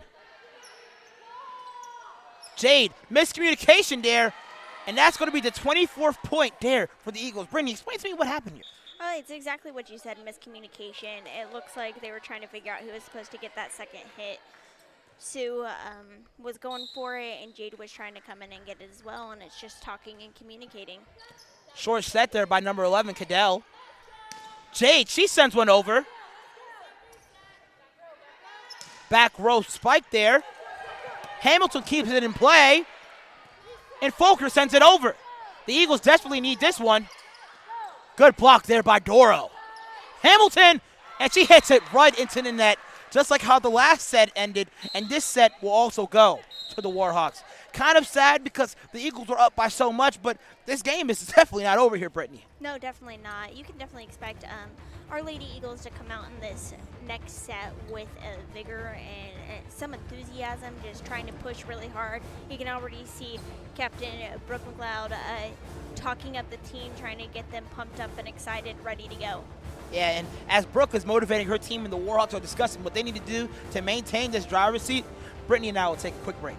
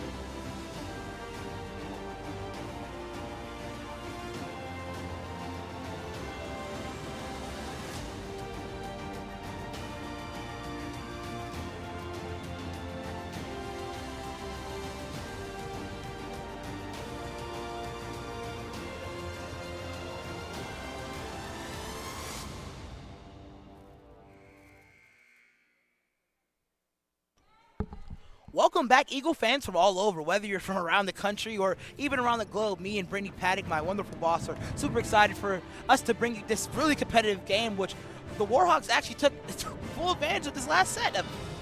Oh, definitely, they did. They capitalized on every single play. As soon as they got the momentum, they didn't let it stop, and they just kept on going. Yeah, and they didn't just capitalize on every single play. They capitalized on every single mistake that we had as well. Exactly. Heading into this next set, I mean, one of the mistakes we definitely need to work on is our finishes at the net. We did a good job of getting our passes a little better. I'm always up for passes improving, being a setter, but we definitely need to take a closer look at our hits and just work on getting those finishes in. And speaking of finishing, I mean, at the beginning of the game, not just of the game, but the beginning of the set, we were killing. Now Hannah Doro with 7 kills, Brittany with 5, with Brittany with 4 and Allie with 5. I mean, we've been doing pretty good with getting the ball over the net. It's just the fact that, man, how are we going to finish, you know? Fredericks tries to send one over. Set up by Foker. And that does not, seemed like that ball almost tipped. They thought that happened, but that point will belong to the Warhawks. Fredericks, she'll send it over. Fredericks herself had 15 assists last outing, also 5 digs. And I believe that was also a net violation by Kirkland, which will result to another point for the Eagles. Hey, the more points that we don't have to work for, the better. Allie McGirt. There we go. Allie McGirt there for the serve. Wallace with the off speed. Haley sets it up. Doro! She'll get the kill, and that was emphatic. Let's go ahead and see that one again. And exactly what I was talking about earlier with having Haley on the front row as the other setter, you notice Kenzie got that first hit, and who immediately stepped in to take the second? Our other setter. And Doro with another kill. She'll have 10 for the ball game. Let's go ahead and see that one again as well, if possible. Man, that was a beautiful job done by the sophomore hitter from Michigan, Hannah Doro. Fredericks, she'll send up Kirkland. And look at my boss, saving the day once again. I can always rely on her to tell me my hours and also save me from volleyballs. I told you, they're testing my reflexes today. Hey, next game I'm going to ask if Coach Oman has an extra jersey so we can just give it over here to Brittany so she can just play that left side, man. Play alongside with Coral Lathers and maybe Sue and even McLeod. Speaking of McLeod, she receives that one. Doro, after getting 2 kills in a row, gets not a serve error, but an error on the hit.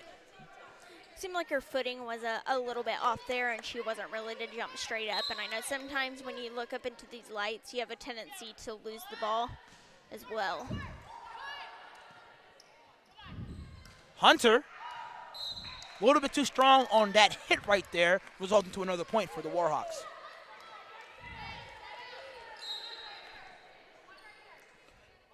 Watkins back in for the serve. Doro with the off speed. Pratt sends it over, but it doesn't work.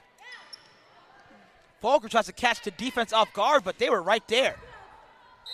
Beautiful block set there by Hunter, and as well as, wow, her name just slipped my mind because she's doing an awesome job. Doro. Hannah Doro. Just a quick question here, since that's not going to be a kill because it hit the other player, but that does count as a block as well, does it? It would count as a block for that, for sure.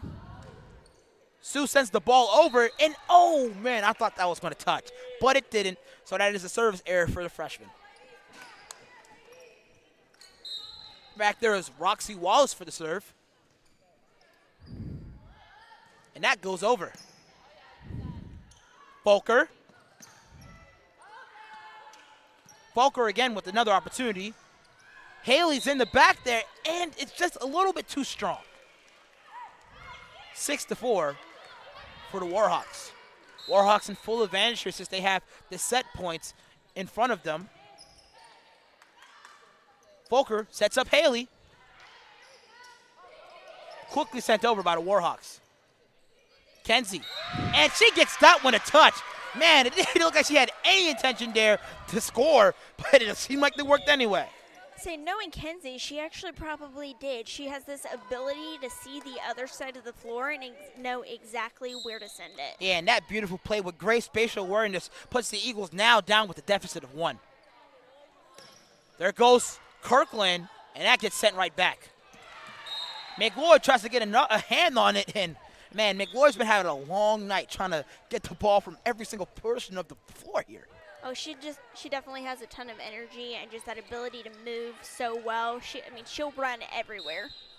Back there for the serve is Christy Cadell. Haley sets up Hannah almost gets another kill here. But the Eagles do score off that attempt. And honestly, if it wasn't for the great aggressiveness from Hannah Duro trying to hit the ball down, that point would not be sufficed there at all. Oh, definitely. Like I was talking about earlier, finishing at the net, being a little more aggressive, happening this set, and we're seeing a better outcome as far as points. McLeod striving to get a short set that would strive to just graze over the net, but it goes to a net error instead.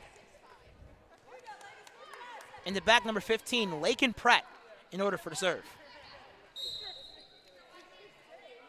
Pratt, she skies it over. Haley Butcher sends it over to Allie McGirt, and she gets another kill. Let's go ahead and see that one again. Allie McGirt getting her 6th kill of the game, sends that one cross court for the win. Actually, that was almost a line one. Not necessarily cross court, but just finds a place where the defense wasn't and lines it down right there.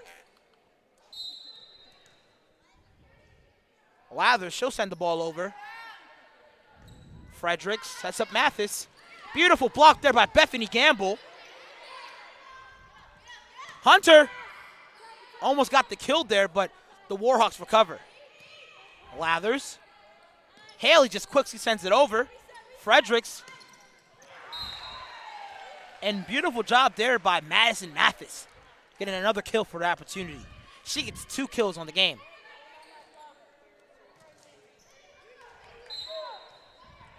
Now for the serve, the libero, Abby Patterson.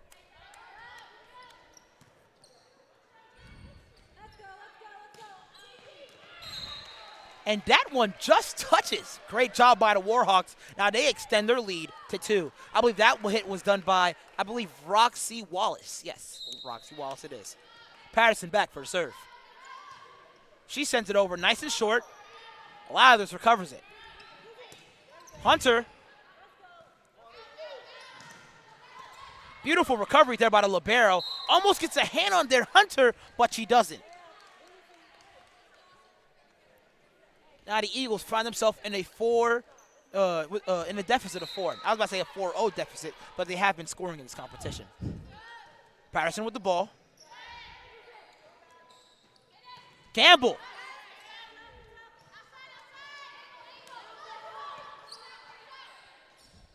Gamble with the set. Hunter, and I believe Hunter does score with that one. Let's go ahead and see that one again. Kind of a weird situation right there.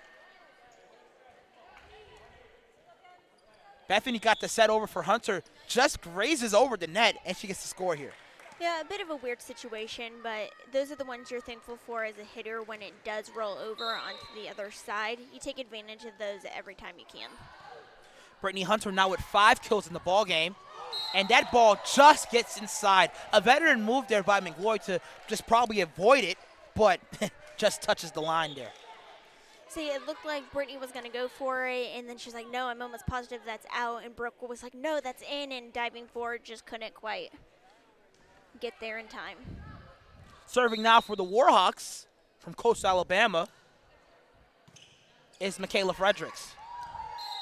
And a beautiful job done by Roxy Wallace to just put that ball right on the Eagles' territory. Now the Warhawks now lead by 5. Frederick sends it over. Kenzie. And a beautiful wall that was made there by the Warhawks. And because of that play right there, Coach Oman is going to need a timeout. Ladies and gentlemen, as the ladies talk it over, we're going to take a quick break.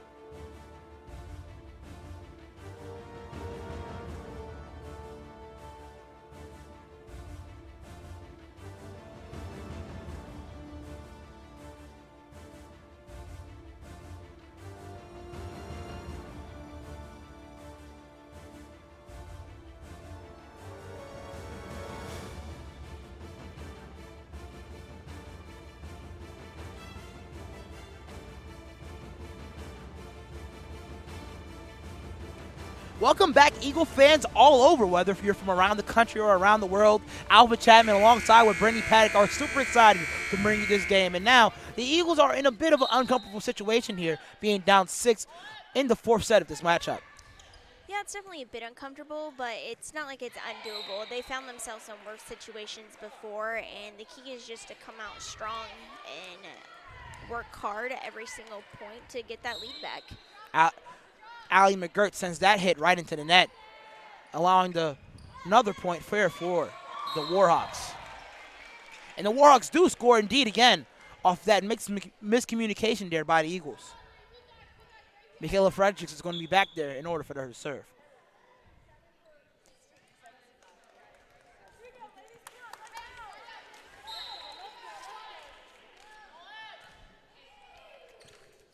Checking into the game is Kayla Thornberry.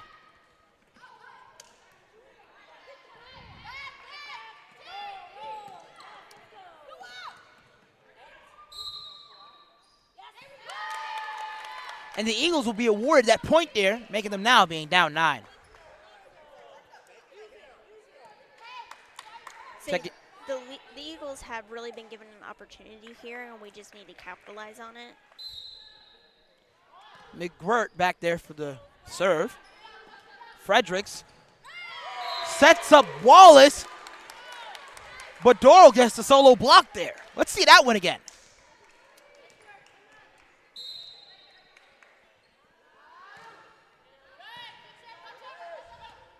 Chance for another block there for Doral, but the Eagles end up scoring on that opportunity, now only being down 5. I mean, we've been seeing it all game, but Hannah Doral has this amazing ability for timing on blocks, and I suspect that you'll see quite a bit more from her throughout this season. Kirkland sends it over, but skies it out of bounds. The Eagles are mounting a little bit of a run or a comeback in order for them to fight back to this game. Now the Eagles only being down 4. McGirt back for the serve, and just the net violation, something that you don't want to see for the Eagles here. McLeod checks back into the game for Allie McGirt. Watkins for the serve. Folker sets up Hunter, and she scores. She's excited about that one. Hunter with her 6th kill of the game, and you see the routine substitution of Sue and Hamilton here. 13-17 ball game here for the Eagles. They might be down, but they're certainly not out of it. And the freshman scores another ace here. Let's see that one again. Beautiful ball placement here.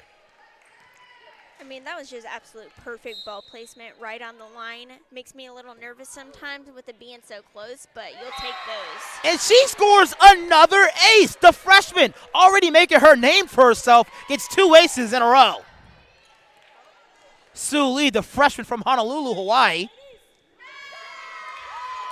And the Warhawks are going to have to talk it over, because now the Eagles might not be in the driver's seat, but they're certainly sitting comfortably there in that passenger.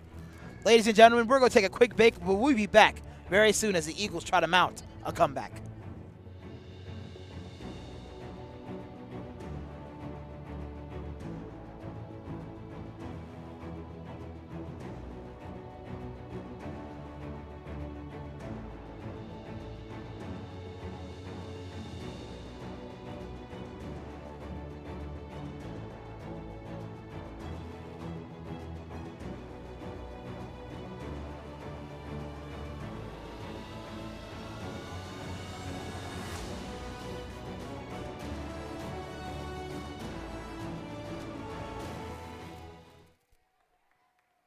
Welcome back, Eagle fans from all over, whether you're from around the country or around the globe. We're super excited to show you guys this comeback that's being mounted here by the Eagles. Lee for the serve. Almost gets another ace here. Sets up Hannah Doro, and she gets another kill. Let's see that one again. Okay, that was a very smart decision by Kenzie Folker going to Hannah Doro on that play. She has been very dominant at the net this game, and so you want to keep on going to your hot hitters. It's almost as if Hannah Doro hit that right at her elbows where she couldn't almost do anything about it. Kirkland. Kenzie sets up Hamilton. Fredericks to Fornerberry, and she finds the hole in the defense. Much needed point there for the Warhawks.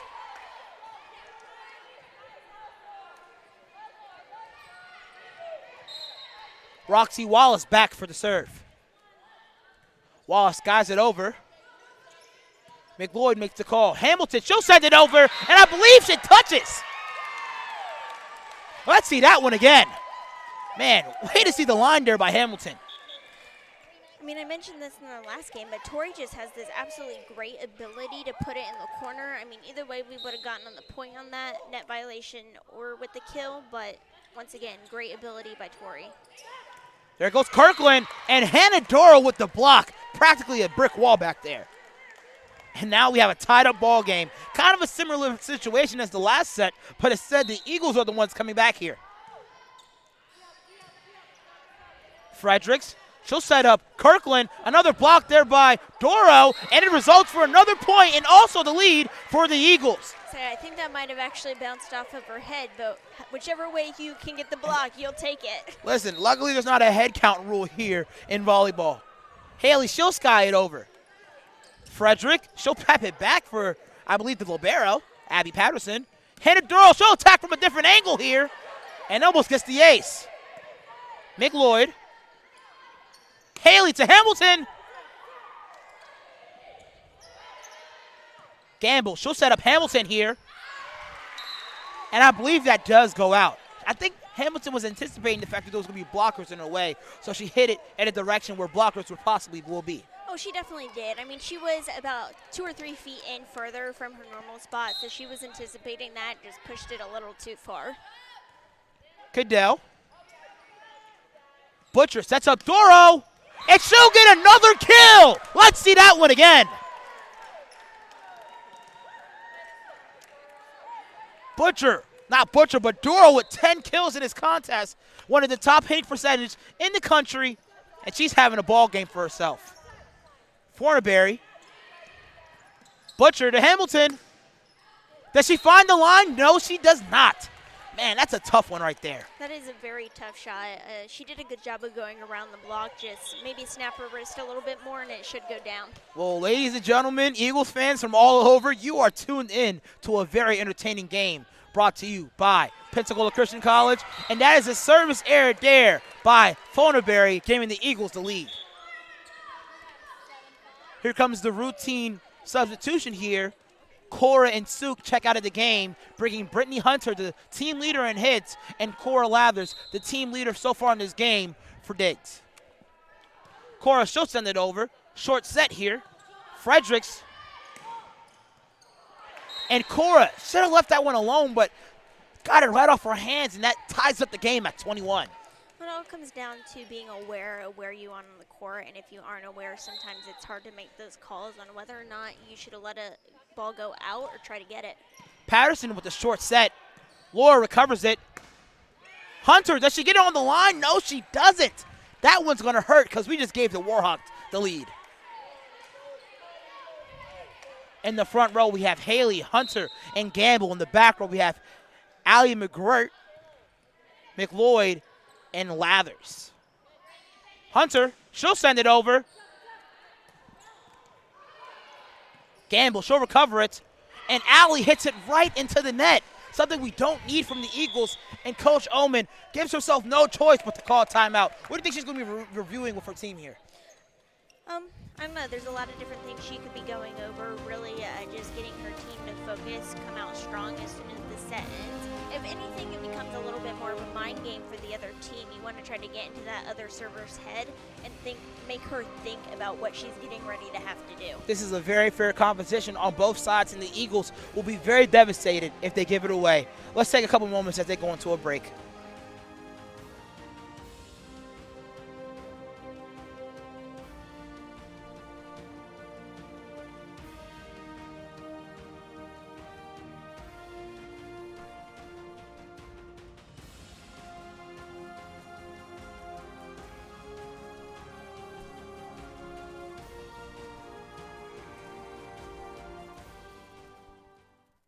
Welcome back, Eagle fans from all over, whether you're from around the world or you're from inside the country. You guys thought I was going to start with country this time, but I said around the globe this time. But ladies and gentlemen, the Eagles are currently down 23-21. Patterson serving. Haley, she sets it up. Frederick, she'll take care of it herself, and she does find the hardwood. You know what, this is not an impossible place to come back from for the Lady Eagles. It's just digging down. They got to make sure they don't get underneath themselves, 1 point at a time, and come out win. And they needed that one because, listen, in this ball game right now, it's either extra sets or the game's over. And if there's anybody on this team that you want serving coming into this situation, it's Kenzie Fulker. Yeah, despite the fact that she already had multiple service errors in this game, I mean, she's somebody that I definitely want to trust as well. Fredericks. A little bit of off speed here. And Allie gets it over. Almost got the kill there. Here comes Wallace. And beautiful placement there. Oh, yeah, beautiful placement there by Allie McGuire. Let's see that one again. I say that's just her going up and fighting hard at the net. Those are those 50-50 balls, and you got to go up there and fight strong to push them over. And that was a scary moment here because that either could have hit the boundary lines or, like, went out of bounds. So my heart was definitely pounding. Brooklyn puts the defense in a tough situation, and now we have a tie ball game for the Eagles. Let's see that one again. We didn't get to see the play again, but you do get to see the Eagles celebrating after that beautiful spike there by Brooklyn. That adds her total for kills in the game to 7, but Hannah Doro does still lead 10 with the she still does lead all players with 10 kills in the matchup. Ladies and gentlemen, me and Brittany are going to take a quick break in order for the teams to talk it over.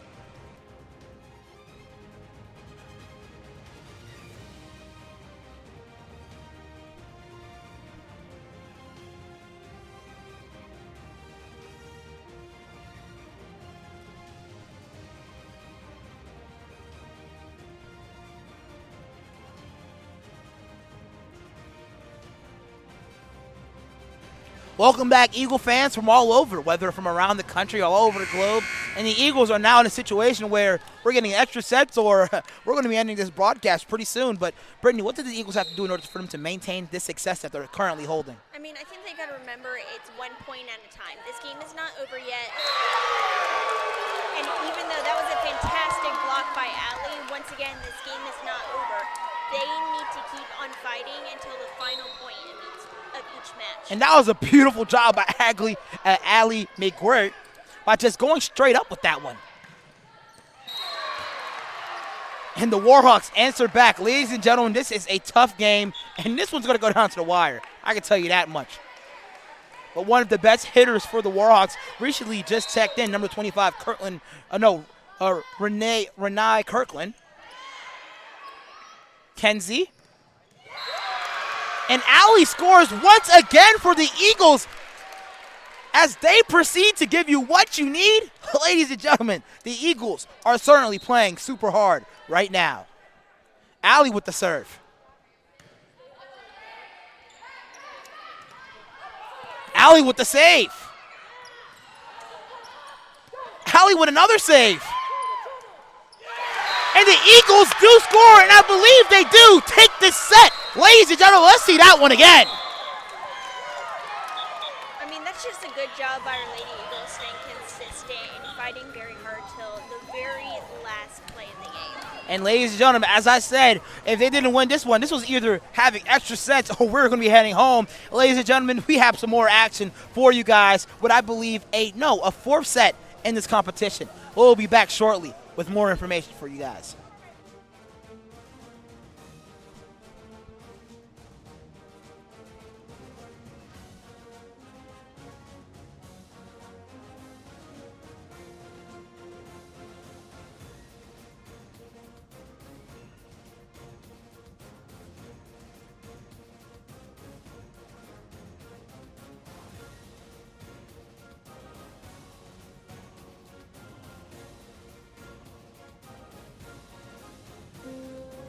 The thing that I like most about working as a high school principal is the fact that every day of my life I have an opportunity to influence young people and their families for the cause of Christ.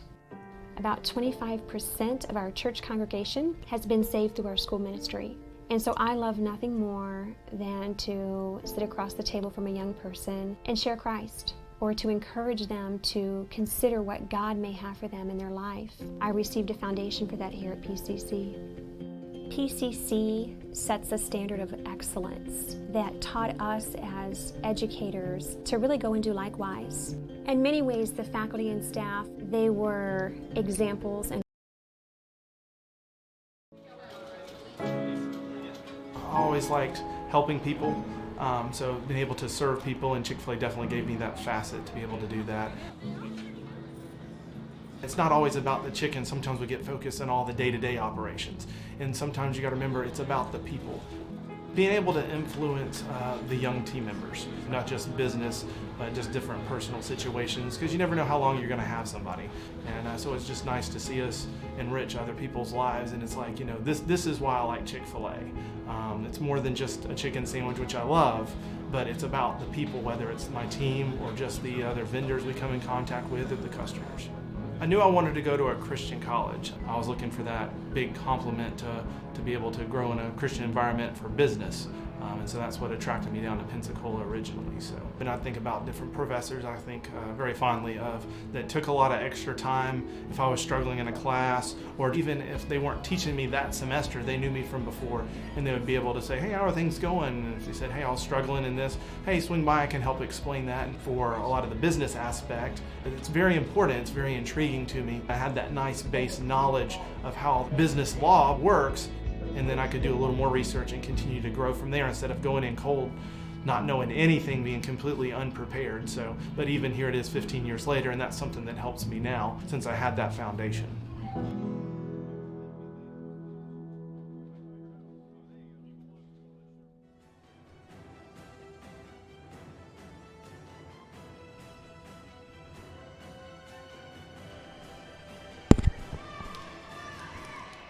Hello, Eagles fans from all over, whether from around the country or around the globe. Ladies and gentlemen, we have a very, very down-to-the-wire matchup, which is going into its fifth set. Hey, Brittany, what was the last time you remember a game from the Eagles at home going to 5 sets? Oh, I've slept a few times since then, Alvin, so I don't know if I remember specifically. I do know we had 1 or 2 last year. Okay. But I don't know. But it's just so interesting that the first night game for the Eagles at 6 o'clock, we're going to 5 sets. It just shows the resilience of this team. But just a reminder for the fans at home, this set will be going to 15. So the first to 15 or win by 2 will take over. Let's see that one again, ladies and gentlemen, as Brittany Hunter gets a spike cross court. And that is exactly how you want to come out if you are the Lady Eagles. Come out strong on that first play and get a kill. And Brittany has 9 total kills of the game, but Hannah Duro still leads all scores this game. Kenzie sets it perfectly. Allie sets, not Brooke, but she sets Brittany, and she gets another kill. We got to see that one again as well. So Brittany seemed to be struggling a little in that last set with getting her hits in, so it makes me excited to see her come out and get 2 kills right off the bat. And I believe that's an ace as well. The Eagles are starting off strong. 3-0 already, and they are feeling very comfortable. So you could not have asked for a better start. Now they just need to maintain it. Making that the 7th service ace of the game.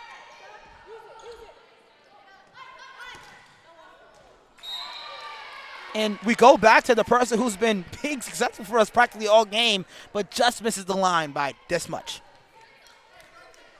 So the Lady Eagles have to make sure they do not get down on this rotation. And they started off strong, and they have a tendency to drop back after they get those first few points, and they want to make sure they don't do that this time around. Checking into the game is Medigan Watson. Kenzie sets up Haley. Kirkland, she has 11 kills in the matchup. Almost got 12 there, but Kenzie just goes all out for that one. Fredericks sets up, and she gets the kill. I believe the person for the kill that time was number 16, Lakin Pratt. A lot of energy on that one as we have a 3-2 ball game. Falker Sets up Allie, and she misses as well. Now we're looking at a 3-3 ball game. Brittany, what do the Eagles have to do in order to take advantage? They can't let this get them down. I mean, it's 1 or 2 points. It's not the entire game. So they can still come out strong. They can still side out right here, work on finishing, and come out with this win. Back set all the way to, I believe, Kirkland, and she scores her 12th kill of the game and also taking the lead here for the Warhawks.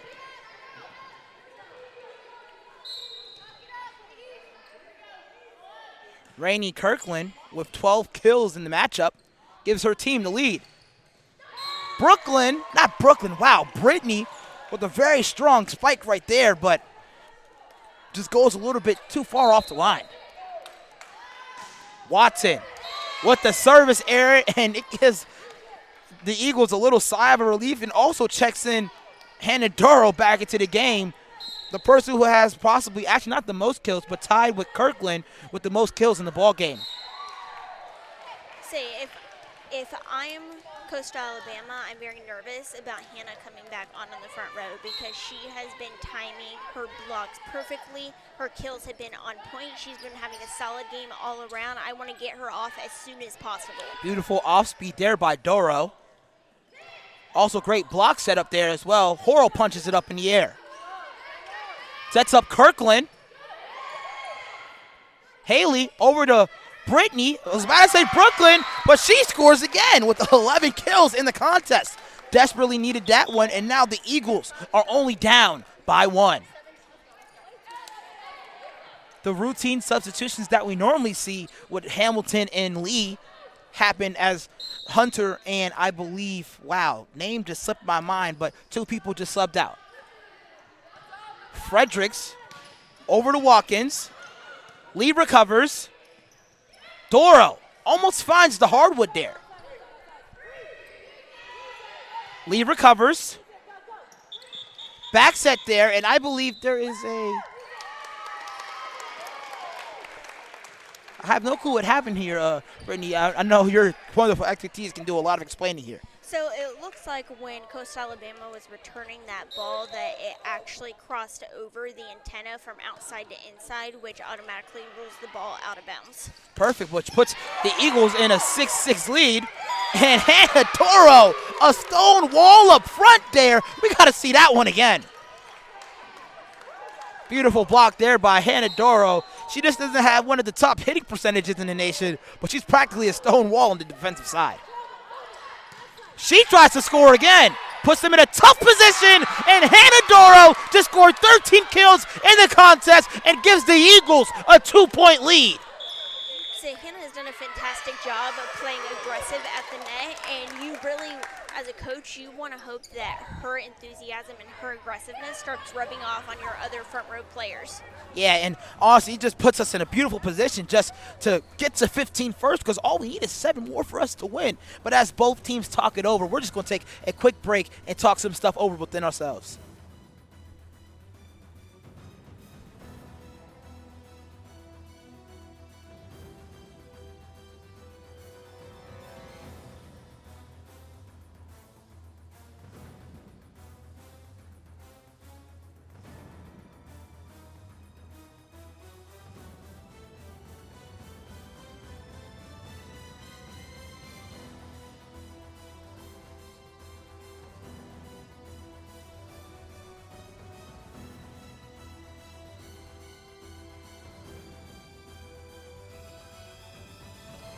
Ladies and gentlemen, welcome back to the Nest. We want to go ahead and welcome all fans from all over the world and also around the country to this wonderful broadcast that we have. And Brittany and I were discussing about Hannah Duro's competition right now, and she has 8 blocks and 13 kills on the night. Man, what a way to start her home debut. So she's definitely come out strong. I said, just quick comment coming in off of that timeout. You don't want to see a service error, so you really got to hope that they will capitalize and get the ball back, and they do.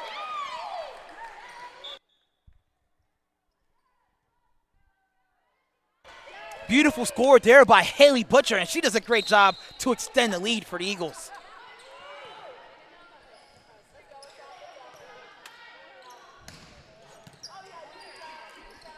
Haley sets up Hamilton. Off speed, but doesn't go through. She'll try again. The Warhawks almost get a hand up there. Haley with the back set to Doro. Off speed there, but that doesn't fall. Hamilton gets to the floor for that one. Bethany puts it back into the box, and Sue sends it over. Fredericks, she'll try to do something with it. Sue saves it, but almost she didn't need to because the ball was going out of bounds.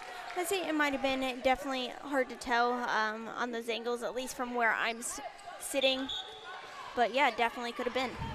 The Eagles still with a 1-point lead here. First to 15 wins it all. Now we have number 15, Lakin Pratt, back there for the serve. Haley gets it over to Hamilton. Cadell gets a hand on it. Haley sets up Duro, off speed. Cadell gets a hand on it.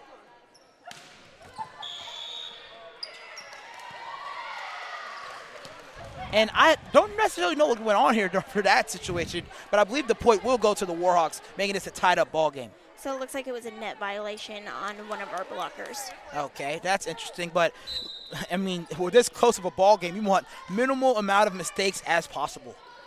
Haley sets up Hamilton, and she hits it right into the net, giving the Warhawks the lead.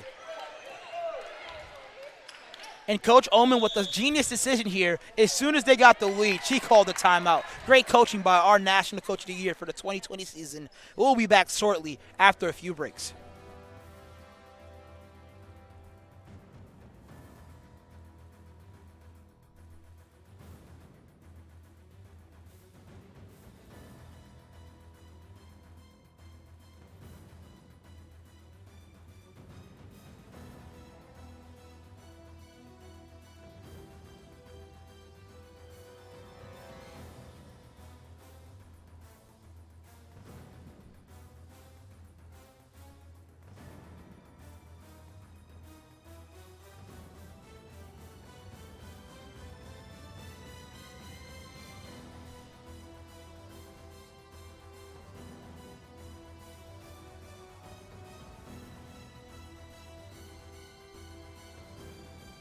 Welcome back, Eagle fans from all over, whether from around the country or from around the world. And Brittany, we have a tough matchup here right now. 10-9, Eagles are down 1. Warhawks are serving. What are you expecting for the Eagles to happen right now? Well, I already see them coming out talking a bit more than what they were the last few points, and that's really going to help out momentum and us trying to come back. And Hannah Doro, have yourself a day. 14 kills and 8 blocks on the night, 7 of them solo. Man, she is killing it today. Works it up the middle. Tori Hamilton tries to get a hand on it, but to no avail. So that was just a great job by Coastal Alabama's player to see that opening. She's been getting some hits, hasn't really tipped it, so kind of juke our players out a little bit with that play.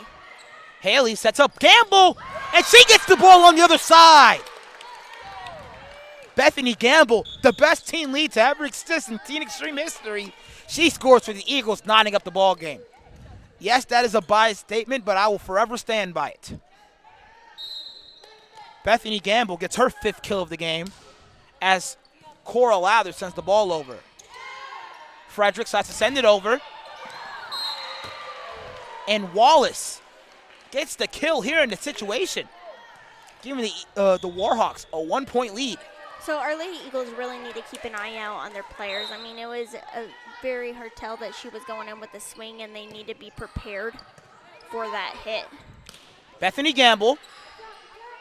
Fredericks sets it up on the right side, but great job by our Bilbero.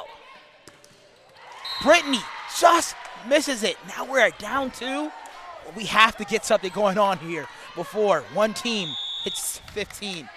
And I believe Coach does call another timely timeout. Great decision by her. And as I said, she was a National Player of the Year. Correct me, she was actually the Regional Player of the Year. Great decision by her. We will take another timeout.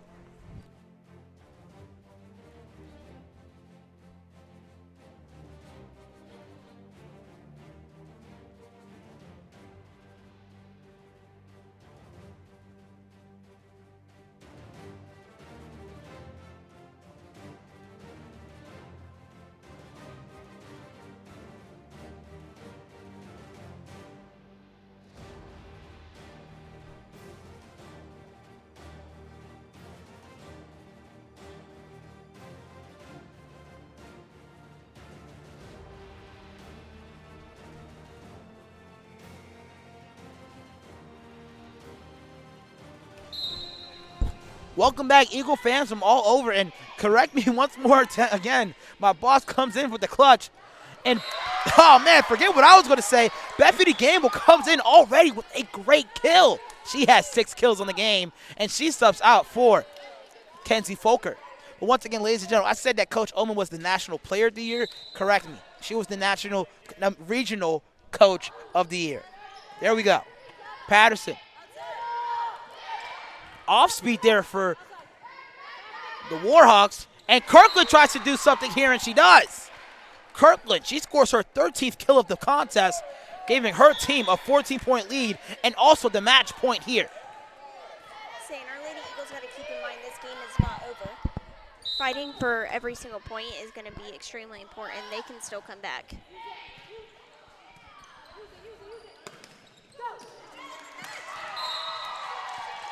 And that point, I believe, will make the Warhawks the winner of this game.